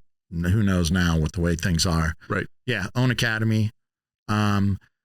Before SWAT, I had somebody now that's a commander there who was very religious, and I was, quote, religious guy too, and everybody knew it, but people just knew that I did sports ministry, and Matt stops and lights a candle at the end of his shift. And if you want to talk about God, or even if it's not God, if you want to talk about something you're hurting, like go talk to Matt. But he's not going to try to convert you or Bible thump you. And there was another guy that was very religious and not as well accepted as me, at least among kind of the alpha males. And he said it came up in his prayer that I think you should be peer support, Matt. I didn't even know what it was. And he's like, it's a bunch of old ladies that show up to the busy districts and try to hug people and tell them it's okay to cry after a bad call. And they like work admin jobs at the stations that don't see action. So he's like, you know what? You work the busy station. You know, some people know you coach at Georgetown. Georgetown basketball used to be big, good athletic school. So I was like, hey, dude, if that came up in your prayer, I'll check out this peer support thing. So I ended up doing the peer support. Then I made SWAT, I think 2 years on. There's a full-time team that had 12 slots. And then there was 15 to 18 of us that were supplemental. You make the team, you get 2 training days a week. You get to go to a lot of good schools when they come up. And you get to go on a lot of the call outs, and depending on your supervisor, I had a great supervisor. Anything that SWAT's going, like go to it, Matt, and you get a take home. Are you basically earning your way? Is it kind of like a stepping stone where you've got to go to, I'll call it the B team, and then earn your way to the A team? You're getting mentored, and maybe you could say it's kind of JV, but you're on calls. And at the time we had supervisors, one that started all 4 years linebacker for University of Virginia, loved me and this other guy. I got on with 2 other guys, 3 of us, and it was a real lengthy process. 100 started, only 50 made it through the first day of all these different physical and shooting tests. And then they pick 30 to go through I think a 2-week school. And then you get hammered, you're training and you're getting hammered. But they liked the 3 of us that got picked, and 2 of us are former college football guys. So even right away, they were like, you get the RAM. And they were truly mentoring us, like putting us in uncomfortable situations on warrants to give us experience like right away. But it's usually in that agency, you bide your time on supplemental, getting to train and be active as much as you can be with the full-time team until one of those guys either retires or they just can't do the PT test anymore, so they go to the range. If you promoted while you were on the team, were you off? Yes. So that was different than what it's like, say, in LA. So guys are like, man, when you get off, but then you hope to come back as a sergeant or lieutenant. I think most agencies are like that, even still today, where if you promote to sergeant off and you're on an operator team, you're still going to go back and do a patrol cycle. And hopefully, it's just, again, you're back into waiting for one of the senior sergeants on that team to either promote to lieutenant or retire out. So it is kind of the yin and the yang of the way most every team that I know works. Yeah. And a separate sidebar, even then, but definitely now. Okay, so if I had a full-time SWAT job, I don't know if I would have ever promoted in that agency, even though I went through the early West Point leadership class, and some of the people that were command staff and now are chiefs at other agencies are like, Matt, someday you need to be, even my patrol lieutenant, he was like, Matt, you need to be on command staff at some point so you can push for better training and all these things, which I eventually got to do as an academy instructor. But the people that love doing police work, if you're on a full-time gang, narc, SWAT team, and it's like, wait, if I promote, I'm away from my boys and the team and the action, and I got to go be with the admin dorks that may be in it just for their own ego and or a better retirement. And I got to step away from the action and wait till a supervisor spot opens up on one of the specialty units. Like, that's hard. So you end up having a lot. I mean, I think there's a lot of people in police work that we need that understand real street work, that are not, I went from patrol on the day shift or the slow station. I promoted and I took all admin jobs, and I'm going to climb the ladder and then tell the department how to do things. And I have no idea how to do a felony stop. I've never been in a fight and I've never pulled my gun, but I'm in charge of everything now. We have managers, not leaders, in a lot of law enforcement, and what they're calling sanctuary trauma is not being backed by your agency. Those are whole rabbit holes we could go down. But anybody who's worked in law enforcement for longer than a cup of coffee understands that is a dynamic across the board. My only thing that I would say to it is, yes, being on those 100-mile-an-hour teams is fun. And I am the first one to say, go do it. Get it. But understand this. Somebody on that team has to look at the bigger picture, has to look at what's best for the organization. So you mentioned the table of people making decisions for that organization. If there's 10 of them, I'm just using a generic number. Now, if you could be one of those 10 and you're being the voice of reason for why the SWAT team needs to be there, why the SWAT team needs more under training, why the gang team, because you understand. So now you have a different role and responsibility. Now you have the greater good of those teams, where you can take the torch and say, okay, I'm going to be the one to fight to make sure that they're getting everything they need. And it's not for everybody. Well, you just reminded me of I would say an important story in my career that relates to that is when I got hurt. I initially wanted to go to the SWAT team. Like, I told my patrol lieutenant, like, let me go to SWAT. I'll drive the van and do whatever as I go through my surgeries. He's like, you're already good at all the tactical stuff. And I do want you to promote. So I want you to go to major crimes, and I did financial crimes. And I'm around people that when we did a warrant, they're like, one guy's like, Matt, you're not going to like this. Somebody pulled in the driveway and popped the trunk and was putting their vest on while somebody's walking up to the door. No perimeter, no nothing. But then we had 2 officers murdered at a police station, and I got pulled full time to peer support to do all the debriefing and then revamp and hire psychologists and revamp all the peer support team. So I did, that was another significant experience. I was full time rebuilding a peer support team after you had 2 cops murdered at their station. A lot of learning experience every year, police week with the fallen families officers because it's DC, and a lot of activity regionally where I even did stuff at Gallaudet University with deaf cops when they had riots because the deaf students were mad that the new president wasn't 100% deaf. A lot of peer support experience. Well, while I was still doing that, somehow some commander found out that, hey, we got a dude that's a D1 strength coach and a SWAT guy in the department. Why doesn't he come and he's on light duty? Bring him to the academy to evaluate our fitness programs. And I'll tie this into the SWAT and leadership thing. Long story short, I go to the academy on a temporary assignment and I do all this research and I'm like, dude, the training sucks. Like, you're not training these people, quote, sport specific. We should be doing this. We should be integrating more martial arts, more tactical gunfighting. Don't compartmentalize all the training. We need to be training on the parasympathetic nervous system. We need to be doing some breath work. And all these different things influence performance under pressure.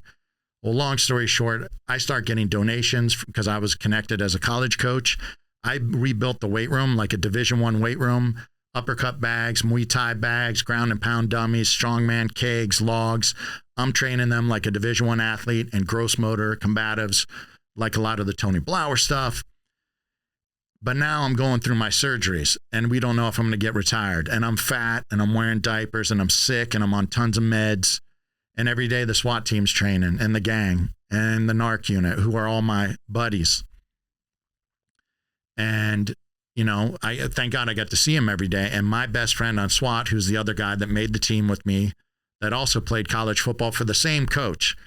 When my coach got fired at Colgate, he went to this guy's college. So we played under the same coach at 2 different schools. And this guy eventually became the SWAT commander, another squared away, amazing guy.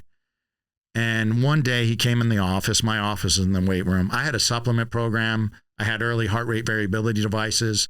I brought in Polar, a kinesiologist.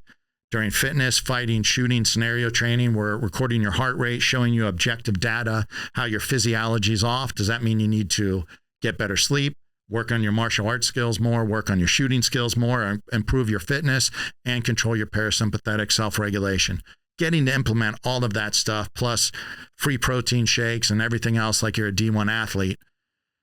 And he would come in and check on me and whatever I said, obviously, like I'm down and I'm going through these surgeries. And I think they had a big warrant, and I'd be like, oh, well, tell me about what you guys did. And he's like, Matt, we can get another guy to go in the house. We can't get somebody else to do everything you're doing. That's changing the whole agency. So I wasn't promoted at the time, but I completely revamped the agency's fitness, scenario, martial arts, and got the DT and the firearms instructors with the full-time SWAT and jump out tactical narcs doing the scenario training for in-service and the recruits, not the academy instructors that have been off the road for 10 years and maybe didn't even work a busy district. So there was a whole lot of different things I was changing and bringing in strength coaches, sports psychologists, nutritionists to put on classes. And, you know, it's not what I chose, but my buddy pointed out, you're doing a lot more here than you were on the SWAT team.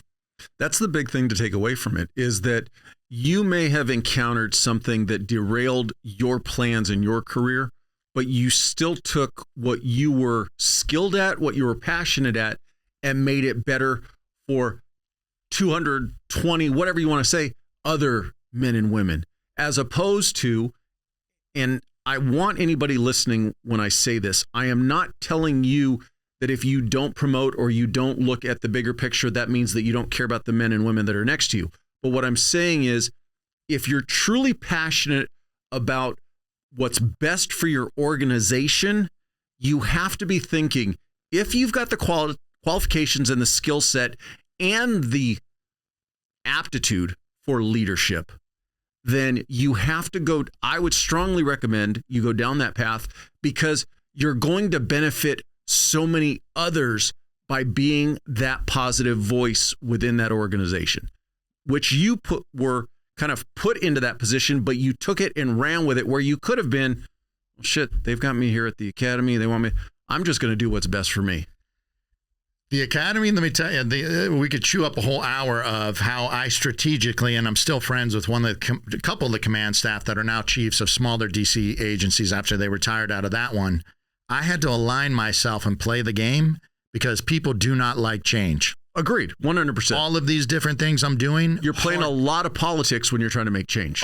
Resistance. Like, Matt, why don't you take a 2-hour lunch? My in-service boss for the academy, which, by the way, him and the sergeant were Christians, and so they would be telling me to take longer breaks and leave early, basically gravy train job, retired. You're making more work for everybody. I'm like, listen, if a program fails, I'll take all the blame. If it works, you take all the credit. And yeah, West Point professor, the things I did were well received, and I brought people in the agency that we had on board to like move things forward. But I had to align myself and get the support of commanders. So when my sergeant and lieutenant were upset, that I'd be like, well, Major so-and-so already loves the plan and bought 5 of those T-shirts that said shut up and train. And I changed the PT uniform for cadets and recruits from that dorky thing to every month was a different motivational quote with a different graphic. And, you know, so yeah, change is so hard in an agency. Well, and the thing is what a lot of people need to understand is change doesn't happen rapidly. If you try to make rapid changes, that's where you actually cause more problems than good sometimes. Mm-hmm. The analogy they talk about in leadership training is you don't turn a cruise ship or an aircraft carrier quickly. Yeah. You do it slowly so that people don't, in a weird way, they don't perceive that a change or a turn has occurred. It's the same way in implementing change in an organization. You implement it, but you implement it slowly and you get more buy-in than if you try to do it a 90-degree pivot. It causes people, especially your old timers, whoa, kind of deal. Mm-hmm. And so it's playing that game. It's turning the ship a little bit at a time. And then before the people who might be opposed to it realized it, you've already turned it. And another thing that popped up is because of that, some of the guys on the full-time team, as they're like, hey, all right, I've had enough years and I got 3 left. Like they started coming to the academy. So it started changing. Instead of the people that work day shift in a slow station for whatever reason, there's some really good people. They just weren't that experienced, end up at the academy. It's other guys that are ex-athletes, ex-military, or just full-time SWAT, full-time gang, narc, like aggressive cops that are passionate about training start coming, and then it shifts the culture a little bit. So we've talked about it, kind of hit around it. So what was your actual injury that happened? During a SWAT workout, I got something called an anal fissure, which I found out a couple of my teammates had them too. And women get them when they're pushing babies. And then I've known some hockey players that have got them just skating. Long story short, they healed on their own. I knew nothing about work comp, nothing. And my supervisor's like, hey, we got to report this to work comp, do the paperwork. They take care of the doctors. Long story short, I end up getting an initial surgery that gets internally infected, and they clipped my whole internal sphincter. That then corrective surgeries take many months to get approved while I'm on antibiotics for long periods of time, opiates, benzos, muscle relaxers that are shutting down my endocrine, my digestive, my immune system. And 3 years later, Johns Hopkins and Cleveland Clinic, the top surgeons in the country, said, those things heal on their own. You didn't even need a surgery. And here, because my only injuries and doctors, I never went to doctors. I was so healthy. When you're in high school or college playing sports, you get the best care, or they're trying to get you back on the field. I was naive and ignorant and just did I got a surgery I never should have had that caused me to be permanently incontinent. I was even still eating strict and working out when I could, depending on which doctor I saw that said you should or shouldn't. It was a nightmare 2 or 3 years but I was doing all that stuff at the academy while I'm going through it. I ended up obese, even eating strict, had to wear diapers, had no control of my bodily functions. And long story short, they can't fix the issues. I have permanent intestinal nerve damage and structural damage that can't be repaired. And then you don't know if you're going to get a medical retirement. I mean, and I've seen this with people that have been shot, stabbed, hit by a drunk driver. For some reason, and the public doesn't understand this, a cop or a firefighter gets hurt at work, you could do 6 months, a year, 2 years of wondering if you're even going to get a pension. And then the pension might have all kinds of rules that are really not that fair. So go through that process. And well, anyways, yeah. So that's. Were you eventually medically retired? Yeah. So I was medically retired, and my psychiatrist at the time, which I had no problems raising my hand. I had always been into psychology and always into ministry. And I have always been in something called spiritual direction. A lot of people don't know what it is, but I would find priests that were also trained mental health professionals. And I had been seeing them not because I have a clinical problem. How do I improve my life? Oh, it's kind of like the lifting and the eating and the breath work and the journaling. Like, how do you keep getting better? So I always had people in the support system and mentors to help me. And a lot of my friends, including that one that went to Yale Divinity School, are mental health professionals. Not that your friends can be your therapist truly, but I had really good support. When I asked, it's not a bad thing though if you have friends that understand, you know, how the brain works and how mental health is impacted by a lot of the things that we're doing. None of this was new to me because I loved it, but it was like, oh, now it's like I got to do everything that I'm already working on improving mental health, even though I don't have clinical issues. Well, now I really got issues that are exceeding my coping skills. And I asked the work comp if I could see somebody. And they're like, do you want the next surgery or you want a therapist? We can only work on one at a time. I'm like, what? I want both, especially because you're delaying the corrective surgeries. And then the first visit is a psychiatrist that was 6 hours that's evaluating you to see if they're responsible or not. And thank God the guy was honest and said, man, like somebody like you, they should have got you therapy right away. Like overachiever, like star student here and everything. You don't have any adverse childhood experiences, great academic, athletic back. Clearly, you're not somebody that's milking the system, and you get pulled from a SWAT team in your patrol unit, and now you're wearing diapers. Like, it's crazy they didn't make you go to therapy. So thank God I looked up, and it's a longer story, but she ended up I don't think she took money. I think she did it pro bono. But I found a psychiatrist over 15 years ago on the East Coast who also had yoga, meditation, a nutritionist. You know, now it's getting more popular. Gut health is tied to cognitive health and mood and immunity, but she had a nutritionist, Reiki, massage in her office. And so we would do she'd make me the last appointment of the day. We'd have aromatherapy, incense, herbal tea, and we'd go 2-3 hours. She'd call the nanny and say, I'm still with Matt. So I had an amazing psychiatrist that also I did meditation in the office. I did the Reiki. I did the massage, who was a great advocate that even came to doctor's appointments with me when she thought it was going to be them saying you can't be fixed. Because when you get told bad news, you hear the first sentence and then all the details, or she'd be on speakerphone. I mean, I've only had 2 therapists. They're both psychiatrists. Most psychiatrists are pill dispensers. Both of mine are deeply spiritual, holistic. Like, thank God. I want everybody to, whether you have a clinical problem or not, the world would be a better place if people were in therapy, especially first responders and vets.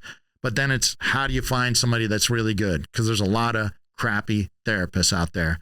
I've been fortunate, but I do my homework. And she took care of me. And when I got told that it was cleared, she called me in on a Saturday, met me at the office, and said, Matt, I want you to move to LA. She's like, everything I do here is normal in LA. It's called functional and integrative medicine. I was on, I think, 10 to 12 different medications. And by the time I got to Hopkins was like, whoa, you shouldn't be on these medications. And the same SWAT guy that told me, hey, you're doing better here he picked me up at the hospital once, and he was on the tactical narcotics unit. He was like, dude, you know, this was before we knew that Oxy and Soma and benzos were bad, like the big pharma stuff. I was on the holy trinity of all the addictive things and 3 years of antibiotics, which kill your good flora, which make you really sick, or they can make you really sick. he knew about some of the other. He's like, dude, you shouldn't, these are like bad, because we were doing illicit drugs on patrol back then. And even the search warrants they were not for prescription pills back then. But he knew enough to tell me this is bad. And so by the time I got to Hopkins, they said, this is bad, but you've been on them too long. You need somebody that's going to help you like stage off them. And so that psychiatrist said, move to LA. And I'm like, DC is crowded, expensive, liberal, and very political, which I'm not into. And I'm like, you want me to move to freaking LA? She's like, those are the doctors you need out there. So I moved to LA, and I worked with workers' comp to find functional and holistic doctors, which they don't take work comp. I paid out of pocket at first. I think there's a lot of miracles that happen, that I have a psychiatrist who's also a psychoanalyst, integrating neurofeedback for 30 years, also a yogi, a meditator, a UCLA med school professor, still working full-time at 80. I have a functional and integrative doctor that even before fasting and a lot of the supplements that are cool now is like, hey, we can figure some of this, improving your life and your schedule. We're going to do fasting. It's good for you. Don't worry. Vitamin IVs, peptides, balance your hormones. I went through a number of stages, and when I do teach, there are too many cops on TRT in their 20s. You first have to try to square away your nutrition, your sleep, your stress management, nutrient deficiencies. Try to take care of all the root problems, but then if your hormones are still going down, then maybe consider it. And so I went through that out here in California with all these doctors, but everything was too far gone. So, and actually two of the doctors, including the psychiatrist in DC, had said that stress, opiates, the chronic pain, high cortisol, it's crushing your testosterone and your growth hormone. So anyways, move out here, physical therapy, a chiropractor that did active release therapy, the psychiatrist in the primary care I told you about. But you were paying for all of that out of pocket initially? Just initially, but then it was like, because they were like, we're not going to bill work comp. However it worked out, it ended up working out. When you made the move to California, were you still employed by that agency, and were you still going through the process of them deciding? No. So you had been medically retired at this point? Yeah. So what year were you medically retired? 2009. Okay. And what year did you move out to California? I went home for a month, I think, just to see mom and dad. And I traveled the East. I think that friend, the Yale Div School friend, I visited her. I went up to BC to visit Russ, the strength coach that I coached with at Yale. I drove cross country visiting different people on the way to LA. And my game plan was, I'll find these doctors and get better in 6 months, and then I'm going to go somewhere and get a PhD. That was my game plan. And I wanted to live in the mountains because I'm like, I don't want to live in LA. Well, when you have that many medical issues, it takes more than 6 months to turn it around. So I ended up out here longer, obviously. Before we get into what you're doing today, as far as that medical journey, are you completely out of the woods in the sense of no more surgeries, completely off all the meds, or are you still in that process? As soon as I got all these doctors that were all like, dear God, why would you be on all these meds? I stopped everything cold turkey. And when I came in to see, I remember the psychiatrist was like, how's the taper going? I'm like, taper?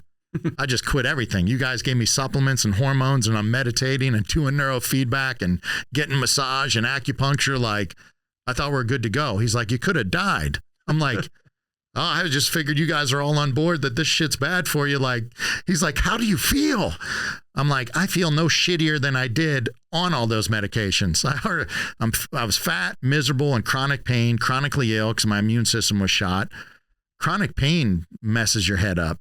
And whatever the meds were doing, I think it was 3 to 4 months before I was like, wait a second. I really feel like myself again as you come out of a fog. Thank God I stopped everything cold turkey. And I'm still permanently incontinent, and I have to eat extremely strict. When I travel, I don't eat for days sometimes. When I go on meditation retreats, I've gone up to 6 days fasting just so I can do more of a schedule. I'm going home hunting we're going bear hunting with my dad here. I will do extreme forms of fasting, and every morning I sometimes have to spend 4 to 6 hours doing different things to try to clear myself out before I risk leaving the house. So there's things I normally don't talk about because it's an accepted part of my life. And most people would never know, right? You look fit for an old guy. So that's all that I care, that people hopefully see that I'm doing the best I can to live a healthy lifestyle that I'm trying to encourage, primarily cops, but other first responders, veterans, and just everybody to try to live a better life, mentally, emotionally, physically, and spiritually. You were already involved with peer support while you were in DC. Yeah. What was the catalyst for you to continue that aspect of your life when you came out here to California? So once I started getting better, my game plan was, and I didn't research enough again. I'm seeing a common theme with you. Yeah, just charge ahead. I wanted to get a PhD in clinical psych, but I thought performance enhancement, stress management, and self-regulation was so important that Cal State Fullerton had Dr. Ken Ravizza, who's considered the grandfather of sports psychology. He's passed away, lived in Redondo Beach, was a great, great man. And I'm like, let me go get that master's before I get a PhD, because I want to go figure out all this mental game. Well, I went, and Ken Ravizza is an amazing man, and I got to be a TA. But to be honest, a lot of things in sports psychology, if you're successful in whatever your field is, like human beings have figured this stuff out, it's a lot of academic labels and research to explain things that, a lot of hype. Like there was another guy in the program that was at Fullerton on their baseball team when they won 1 or 2 national championships, played 5 years in the pros, came back. There was only 3 people that were real athletes in our cohort. And it was like, dude, these other people, there's a lot of people in sports psych that don't get it. They don't even work out and eat healthy, but they think it's sexy to talk to athletes. So I can't say that like I learned a ton, but that's what I did. And then when I finished that, I was going to go do a PhD or at a minimum an MFT or an MSW so I could be licensed, because I wanted to be able to at least have a foot in the door. Athletes, cops, firefighters, and veterans stigmatize mental health and self-care and taking better care of themselves. And so I was like, it's not even a certainty that I'm going to be able to like help people for sure. But with my background, hopefully it's a foot in the door, and let's work on performance enhancement and holistic wellness. And then maybe over time, if somebody has a clinical issue, they'll trust enough to get help with it. Well, I think one of the other things too that you didn't mention is all 4 of those groups also, if that part of their life is taken from them before they perceive that they're at that end of the ride where they can just step off, that's got a huge mental health component that is probably worse than a lot of people even can imagine. And I want to make a point that relates to what you said before I continue on the story. This is part of my message now for whatever mental health, peer support, chaplains, or health and wellness, whoever's dealing with cops, firefighters, and veterans. I already ate strict, meditated, journaled, spiritual direction, great relationship with my father, no adverse childhood experiences. I had all kinds of coping skills, didn't have a problem asking for help, and stopping being a college coach and a cop and SWAT, or even the academy that I ended up like enjoying that, or not being with my patrol buddies.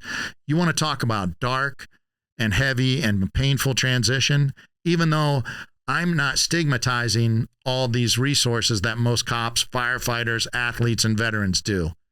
And so my message is, why are we waiting? Let's teach signs and symptoms of PTSD, addiction, and suicide. Let's reach out and ask with mental health professionals, peer support, or chaplains they don't know and don't trust. You want help after you're essentially broken or in a really dark place. If you got a mouthful of cavities and I say, hey, you want to go to a dentist that doesn't use anesthesia to yank your teeth? Like, not a very appealing option. Or anybody that's been a cop or a firefighter or military. If you're a real athlete, sometimes boot camps and academies will get you out of shape. But for a lot of people that aren't in great shape, they put you in the best shape of your life if you haven't been working out. Why would you wait until you're completely out of shape, 300 pounds, drinking beer to go to bed, tobacco and caffeine addictions to stay awake and alert, and then I'm 300 pounds, obese.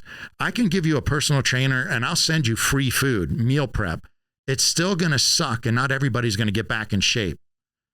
Rather than stay in shape mentally, emotionally, physically, spiritually a little bit throughout your career, we wait until people are broken and we're totally reactive and offer help from people they often don't trust or are not culturally competent or there's a lot of one size fits all. This is what worked for me, and here's the snake oil or one trick pony.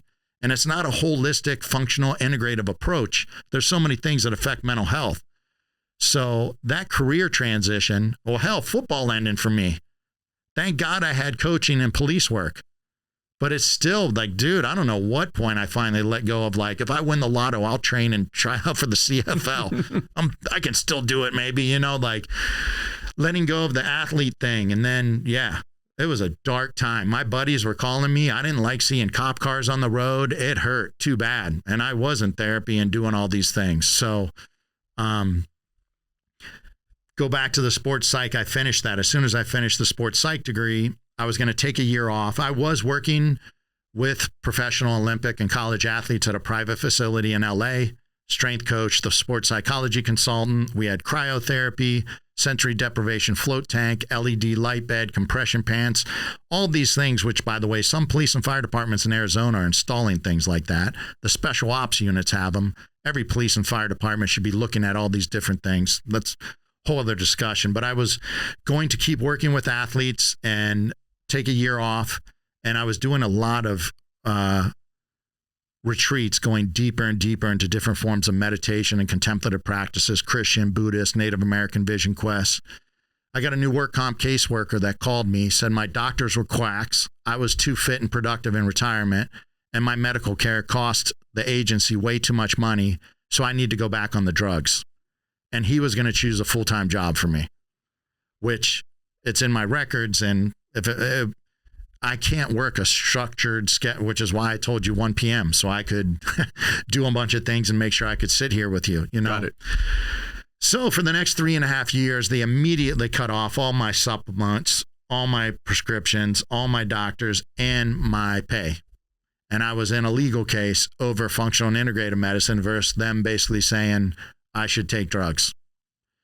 So to try to do a PhD, I had to sell my vehicles. They weren't fancy, by the way. An old Jeep Rubicon, a third-gen 4Runner, loved them, sold them, didn't even have a vehicle, emptied my bank account, and my friend started to GoFundMe while I'm going back and forth fighting this legal case over the medical care that saved my life and telling me to go back on drugs, which there's a lot of veterans that are in it, and they're not in this legal case, but a lot of veterans are on a lot of unhealthy, addictive drugs that don't get to the root issue, cause other health problems. And a lot of other people in the work comp system don't get high quality doctors. And you want to do a surgery, maybe like mine, a surgery you don't need, not a high quality one, or they give you drugs. And then people are sitting at home, isolated, gag ordered, or on light duty. I mean, that's a whole other thing. When people are retired, light duty, or in any type of investigation, sitting at home, drinking, they're getting drugs from the psych or work comp, rabbit hole to the addictions, divorce, and suicide. But anyways, I did not get a PhD because I was in a 3.5-year legal battle. And at some point, I just, for the heck of it, borrowed the neighbor's minivan because I was on an email list for an open house at LMU, Loyola Marymount University, for their graduate pastoral theology. And I was like, let me just do this just to get out of the house. This legal case was another dark, dark period where I felt like I was being treated like Charles Manson, even though when I was in that agency, the director's award out of the academy made the SWAT team super fast. They had to change the SOPs to let me be a full-time academy instructor, rebuilt the peer support team. Like, I poured my heart and soul into that place and didn't want to leave. And now they're coming at me for, it's not them, but the system is coming at me for getting doctors that got me off drugs and allow me to, function. I go to the open house and I remember them saying, hey, we'll take applications still for next year. And there's financial aid for anybody that has money problems or something like that. I'm like, what the heck? I go home, I bang out an application, turn it in. And I was going to do, I've always done neurofeedback where they measure your brain waves and I meditate. So I was still doing that at my psychiatrist's office. I still do it now. And I went in and the person doing the neurofeedback's like, Matt, are you going to accept and go to LMU for, I'm like, they didn't get back to me about the financial aid. I got a 50% scholarship. Well, then I go in to see the doc and the doc's like, hey, I know somebody there. This is like a miracle story. He's like, I don't know what they do over there, but I do have a friend that's on campus. Would you mind if I reach out to them? I'm like, I don't care. The next morning I get an email. Hey, I'm in charge of graduate financial aid. We can cover this. You're police, veteran, da-da-da. Can you pay for books and parking? I'm like, done. So I did that degree for nothing more than for me to dive in more into my concentration was spiritual direction, which is a lot of analytical, like Carl Jung, depth psychology, the contemplative, which is, people may not know this, all of the world's religious traditions have forms of meditation and reflection that we've moved away from and got more into doctrine and dogma and argue about salvation or enlightenment. Before the Enlightenment, which is the age of reason, and before the Protestant Reformation, it was more about spiritual practice and spiritual experience and actions, not words. So there's a concentration that dove into that. And I'm like, let me do this to work on my stuff, to go even deeper. And so I met a professor who ended up being one of the experts in the world on masculine spirituality and psychology, the first class. Within 5 minutes, I'm like, I got to talk to that guy. But he was a professor there at the seminary and leading retreats around the world. He's like, I'm too busy. I can't. But by week 2, you had your academic homework in that class, and then you had a spiritual reflection. How's this material interact with what's really going on in your life? And I was writing 20 pages. I wasn't doing 2 pages. He calls me in the office like, listen, I can't read 20 pages. Thank God everybody's not doing 20 pages. And he recognized some things in there. He's like, your friend said something about you're trying to push yourself intellectually, physically, and spiritually. He's like, that's real important. And he relates it to some deep psychology and spiritual life. This is why you're having a hard time finding a spiritual director. I'll be your spiritual director, but you need to take every class I teach as long as you're here. You're going to go on retreats with me. I'm going to send you on other retreats. You're going to write reflection papers, and you're going to meet me for office hours every week. I'm like, are you kidding me? Like, done. So another tragedy, dark time in my life, but I get the next mentor I need. I don't get the PhD in clinical psych, which would help me pay the bills. I got major financial problems being a one-man nonprofit in an area that people hate cops, and I'm a white retired cop, not good at fundraising, but I met who I needed at the time through that shift because of something that was, not very fun or pleasant. So I took a deep dive into that program for myself. And like I said, was going on so many retreats during that time. I used to never go on retreats for more than 3 days because I couldn't work out or eat strict. That's how rigid I was around that. But then I started doing 5, 8, 10-day retreats. And it's like, hey, I'm good with the fitness. I can end up not eating. And I had to fast on a lot of those. I can go deeper in another area of my life experientially, because even the spirituality and the meditation, the mindfulness or theology, you can read all the books you want. If you don't implement it in your life, you really don't know it. And so doing those types of things was even a deeper dive into my heart and in my psychology. You spend 10 days meditating 12 hours a day, things come up and you got to face them. So I did that, was still working with the athletes. And then at some point, an LAPD psychologist I was friends with said, you should be a police chaplain. And that gets into, I'm not ordained. And some departments take people that are ordained, some don't.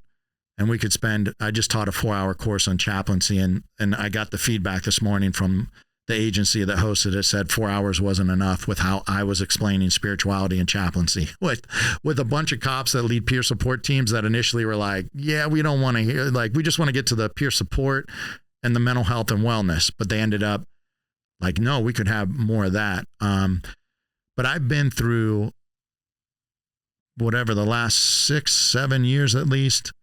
I've been a quote chaplain for a variety of agencies, but also get referrals from police psychologists to do more, I would say, wellness. Spirituality ties in everything to me. So cold plunge, float tank, breath work, all those things, and then get people to talk. Go for a walk on the beach or go lift and shoot and then go get a meal and talk for 2 to 3 hours.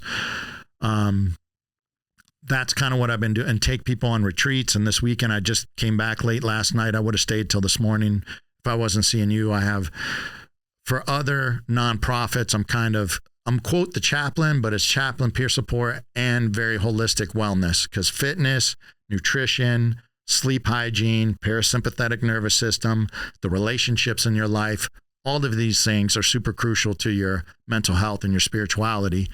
and you got to be culturally competent. You're only culturally competent by spending time in the trenches with people. So we just got done with Swell. Rob Sanderson brings cops and firefighters from Kansas City out to Orange County, and they surf for 4 days, and we hang out at the house, and we have a friend of mine teach some breath work, heart math, meditation, yoga, and informally people end up sharing what they need to share. Just like I have a ministry that I partner with in Missouri that we do the clay pigeon shooting, fishing, ATVs, horseback riding, workout if you want. You don't have to. And again, I don't even force psychoeducation. I don't put anybody on a schedule, but you have people hanging out in nature with quiet time, away from work and away from their family, and things come up. And then, you can share and process. And so that's what I've really nutshell what I've been doing like the last 7 years. But it can be a lot of drama too, being a volunteer, depending on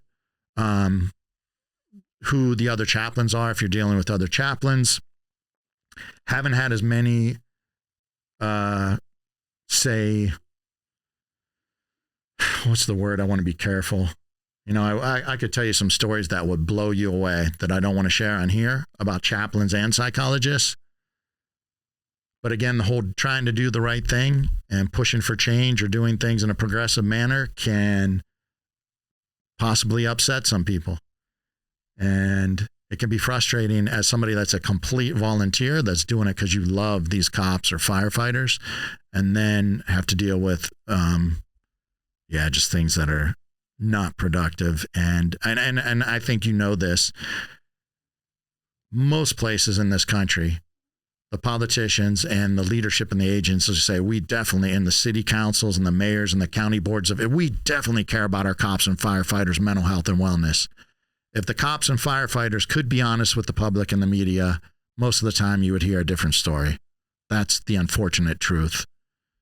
And then you hear there's budgets and grants for wellness, but then what are they getting spent on? And I can tell you that a lot of people that come to me will end up, they're so fearful. Even if there is a chance, if you want therapy through work comp, you might wait a year.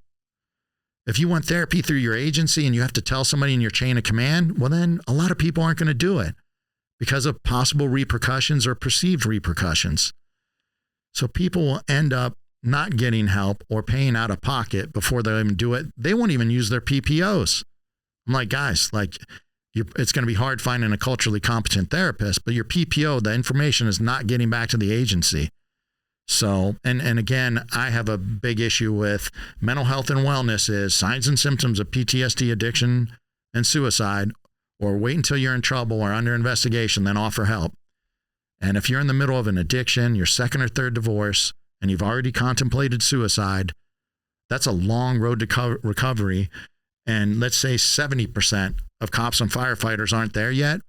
So you now, as mental health professionals, chaplains, and peer support, are stigmatized. You're for the 20 or 30% that are broken, or whatever the negative thing is.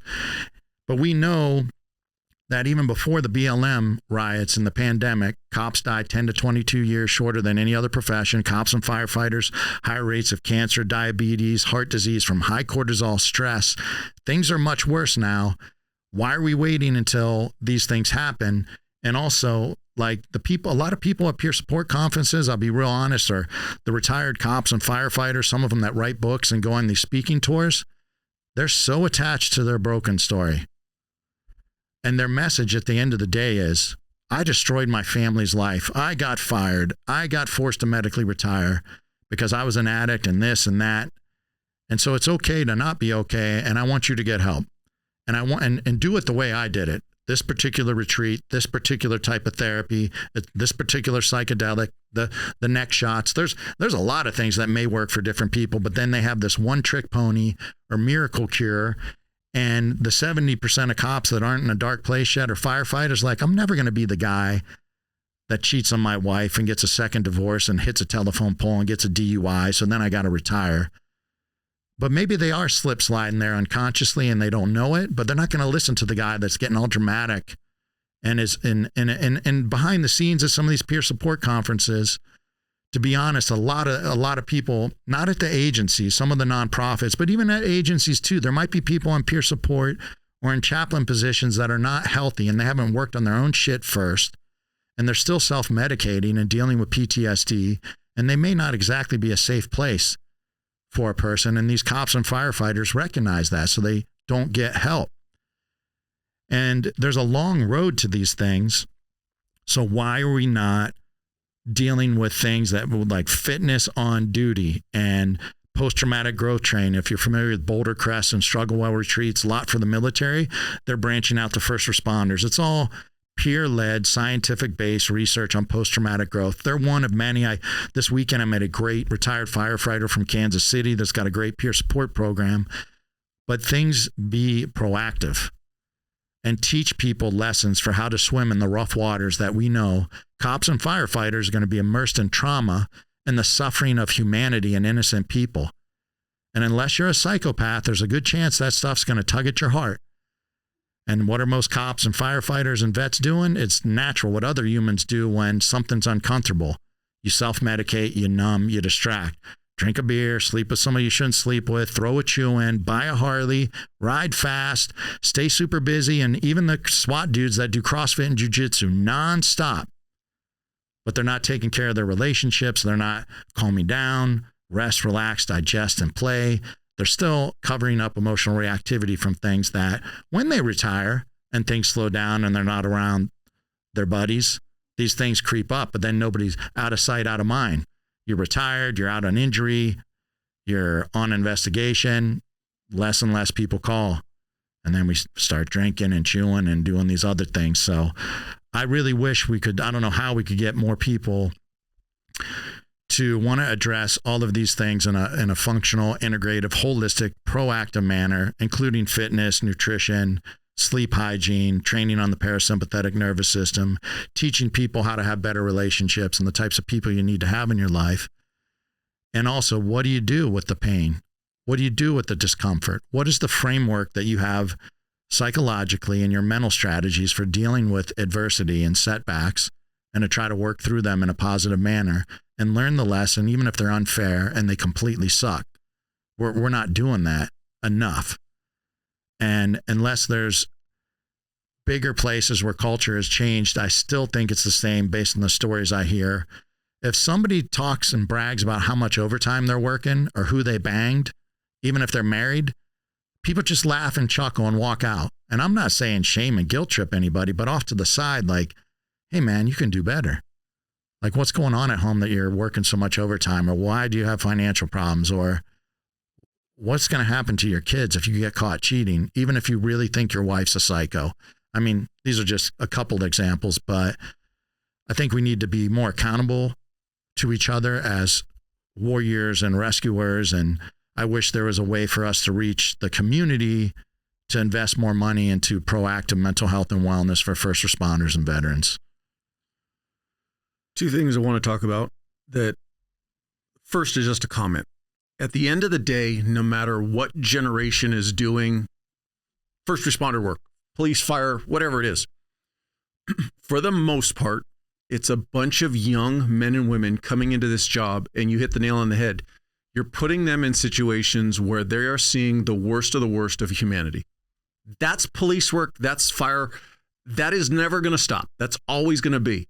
And if there's something that I say this looking back on it now with a bunch of laps around the sun, if we can start doing it earlier in their careers, if it started when they were in FTO and they were sitting in a car and some crazy call and the FTO turns to them and goes, how'd that make you feel?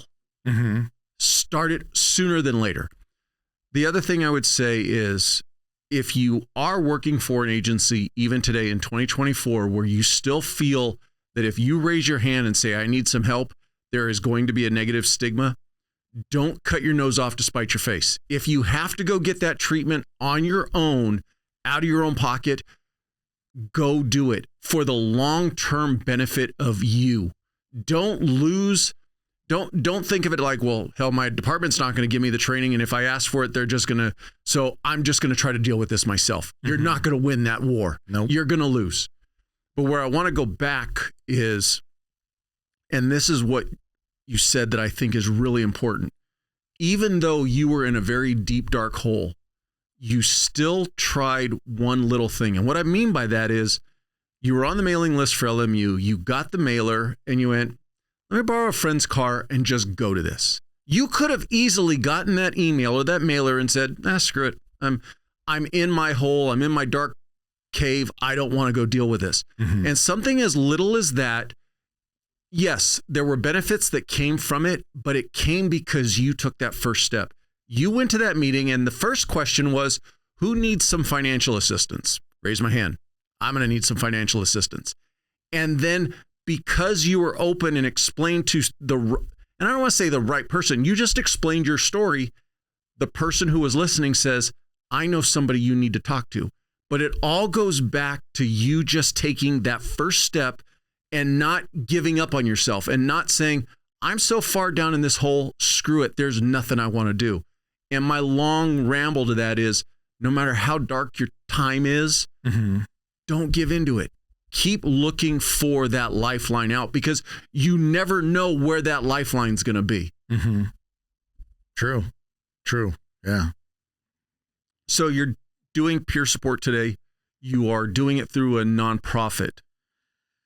There's a number of nonprofits that I'm just kind of a volunteer for other nonprofits. I'm part of a 501c nonprofit where my mission is first responders and veterans, but I haven't officially raised money because I'm terrible at that, but I have the ability to. And so I've just transitioned. Most of my time is in San Diego, and there's already been one agency that said I was too out of the box for chaplaincy, and they weren't mean about it, but they're like, we don't even know what cold plunge, float tank, or breath work is, and our chaplains don't shoot guns and lift weights with the cops. And I could tell, to be honest, that there was one during this panel interview, some of them really liked me. Then one of them, I could tell, I told my girlfriend after, I don't want to deal with this again because I've dealt with it in other agencies where, let's be honest, and a lot of chaplains are ordained clergy that are full-time in whatever their congregation or institution is. They're trained in one very narrow slice of religiosity, and they're trained in a manner that I need to teach, preach, and defend this narrow way, or that person's going to hell. And if that person goes to hell, then it's on my guilty conscience. So it's a really unhealthy approach to religiosity. A chaplain, Lemon versus Kurtzman Supreme Court case, you're not supposed to promote nor deter religion. You're there for every cop or firefighter, religious or not. And if they're religious, it's what are your religious beliefs? If you're an atheist, what are your values, and how can I help you live your values out and be a confidential resource and a ministry of presence? So there's a lot of misunderstandings that you get the worst stereotype of the worst religious hypocritical person when you're a quote chaplain. And there are a lot of chaplains that don't ride along, don't come to briefing, don't come to training, show up after a critical incident, and then they talk to the brass. And they actually think that talking to the brass is cool and important. So then all the frontline workers are like, there's no way in hell I'm opening up to that person. And then if you pray or start talking about religion and whatever you're trained in without knowing somebody's background, you further alienate yourself. So I forget why I was going down that rabbit hole. We were just talking about the nonprofit aspect. Yeah. So I'm still working with agencies in LA. And unfortunately, I think I sent you a text. One of the stations lost somebody at 41, we think from a heart attack. I don't think the autopsy's come out yet. And that's sad and tragic. 41 years old, 3 kids.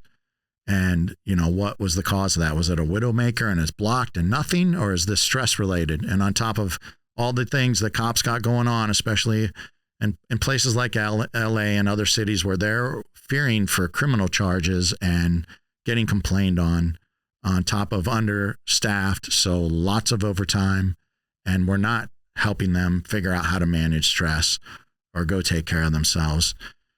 I'm lately just doing a lot of networking, and I still have a lot of police officers, firefighters in contact with me, and I want to try to do more of the retreats. And I'm also so Rob Sanderson from Swell does the trips from Kansas City out here.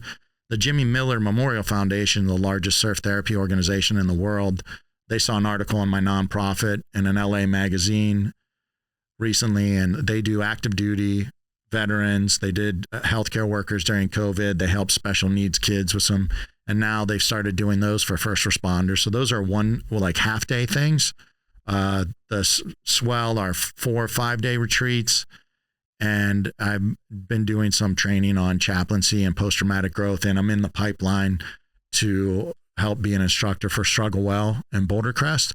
And that happened, another random thing. The guy from Colgate that I was a cop with, the other rare guy in the DC area, has moved to Atlanta over the years, no longer a cop, but works for the police foundation. And he's like, dude, you're into all this stuff. Is it worth us investing money? Would you come sit in on this Struggle Well thing? And I was familiar with Boulder Crest and had read the book Struggle Well. It was a 2-day class of them basically going briefly over like this. If you do the contract or whatever, we'll come in and train your peer support on these types of things. And it was very much aligned with a lot of the things that I have in a presentation that I've used at peer support conferences and for a SWAT conference. I was intimidated, to be honest. A SWAT conference in Kansas City, 600 dudes in a room, and I'm introduced as a chaplain from California, like 2 strikes. I grew up in Ohio. These guys don't want to hear about mental health or spirituality, but I think it went okay. And there's some good content, and it happens to line up a lot with what Struggle Well does. And because there is research on post-traumatic growth and the parasympathetic nervous system and sharing your story to a trusted peer and getting things off your chest. So I'm in that pipeline, and hopefully we'll start to get doing that a little more. And I guess I have dreams of more retreats and more workshops. And if I ever had the funding, we haven't pulled this off. Now, I did it while I was at the last agency. I increased tactical firearms, martial arts, and scenario training and breath work.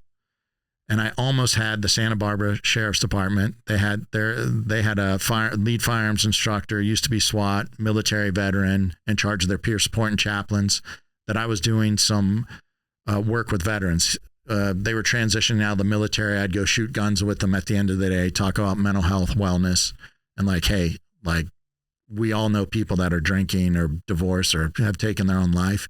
And we're all saying you're a PUSSY or a BITCH, hey, I go to therapy, I do yoga, I journal, I meditate, it's all right. And after you shoot guns for a couple of days with guys or go lift weights with them and you say that, then someone will be like, hey, maybe I'll talk about this. But we were trying to get something that I wanted to call Pujitsu peer support. And I still believe that I know it will work. Cops do not have enough tactical gunfighting unless you're on a full-time high-speed unit. But it's going to be patrol at the school, the synagogue, or the mall shooting. Cops do not have enough martial arts training unless they're doing it on their own. And kudos to the agencies that pay for martial arts or overtime so that people train more. If you had even a 1-day thing where you could come, and it'd be great if it was funded, get some moving and shooting on steel, stuff that a lot of patrol people don't get, a little bit of martial arts. And I'm not a jiu-jitsu only guy, even though the word Pujitsu, whether it's Krav Maga, Muay Thai, wrestling, Sambo, MMA, there's a lot of martial arts that could be applicable. And then do a little breath work, do a little journaling, do a little yoga, and maybe you get some ex-Green Beret or Navy SEAL that teaches the yoga so it's less stigmatized. And then have a barbecue with some good, healthy food and do some sharing where it's not drinking beer and talking about all the stupid things that a lot of cops, firefighters, and veterans do, trying to be cool. And I think that there's only 1 or 2 of those stories. Yeah. They're very short. So anyways, that would be my dream. More retreats and more Pujitsu, and then keep the community. Because when I have these retreats or the stations that I used to ride 2 to 3 days a week and lift and shoot, and these surf trips, people keep in touch. And so then you have an ongoing community. And a lot of times it's better that it's outside your agency. So there's more trust that it's going to remain anonymous and confidential. And then continue to network. I keep meeting amazing people that care about doing things, both military and first responder side, in a more holistic way rather than let's just have the PTSD, suicide, and addiction signs and symptoms and react to that. You've mentioned that you're bad at fundraising, but I would like to give you the opportunity now. What do you have a website, and how can people help grow this? Well, the website is tacticalchaplain.com. and there's donate buttons on there, and it's tax deductible, and there's like a form that fills out. It's real easy. So tacticalchaplain.com. I post on Instagram the most on Thin Blue Line Spirituality. Thin Blue Line Spirituality. I do have the Tactical Chaplain. I don't post on there as much. And Tony Blauer did kind of tell me I need to get a different website in the future, because he's known me for over 25 years. And he's like, dude, the word chaplain doesn't describe you and may. So who knows if I'm going to try to create another website that's more just about, living a good life as a first responder or a veteran or a human being. But tacticalchaplain.com has buttons to donate. It's tax deductible. They'll send all the information. Or if you know companies that have foundations donate money to nonprofits. And I don't care where you are in the country. Like it was harder in LA to find people that, because even the people that said they support the police would then meet me for 4 hours and complain about the police. And then I'd say, what about the firemen? And then the people in LA would still say the firemen make too much money, because they would post on Nextdoor that they make $300K.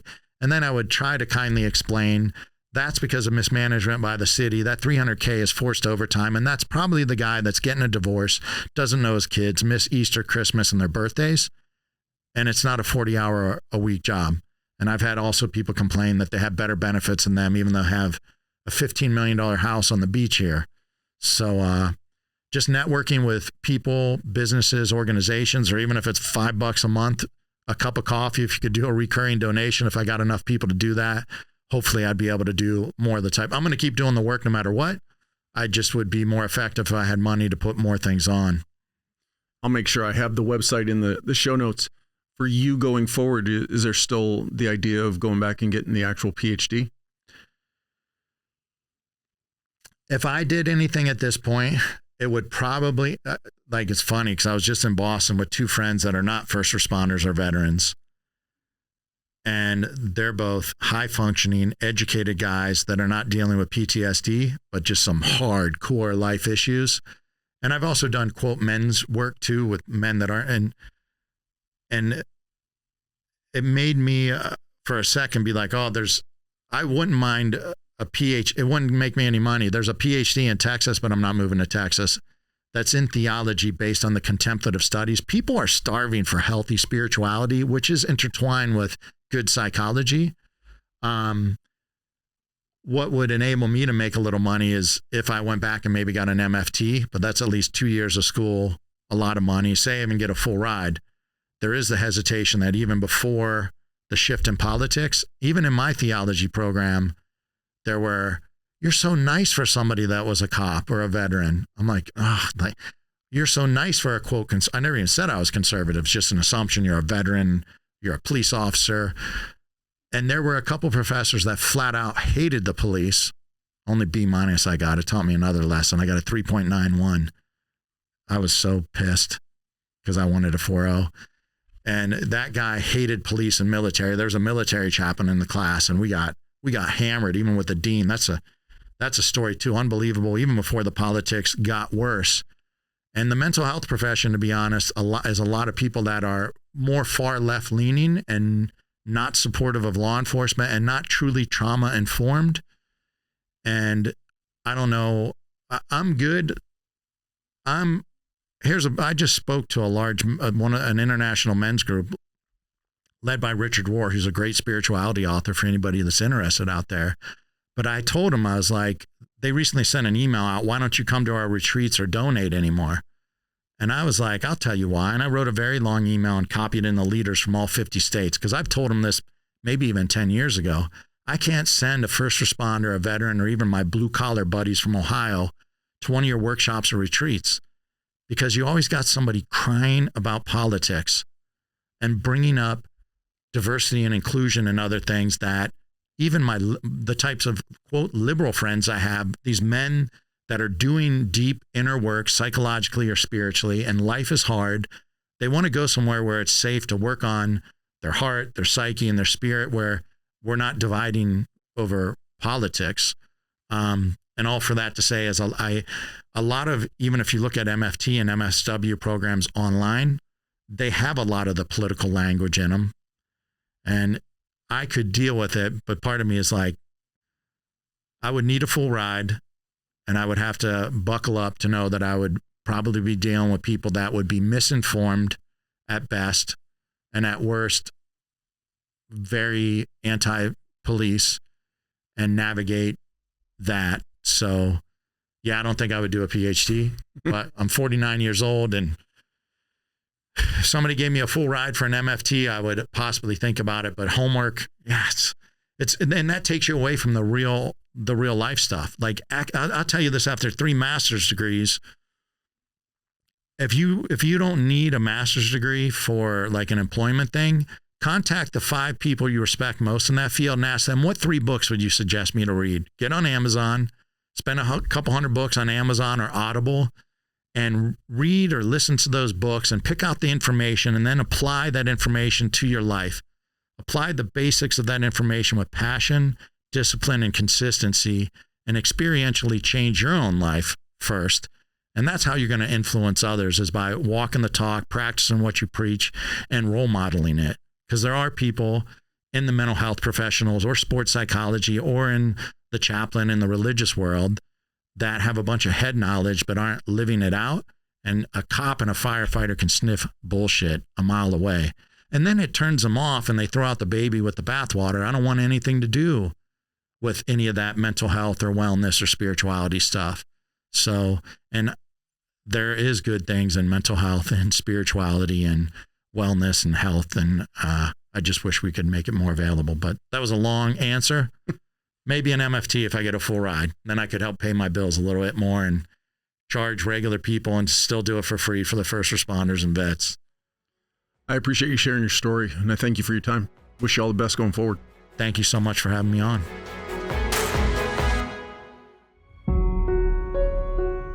I appreciate you watching. But before you go, if you like the video, please hit that subscribe button. Also, any comments are appreciated. Thank you.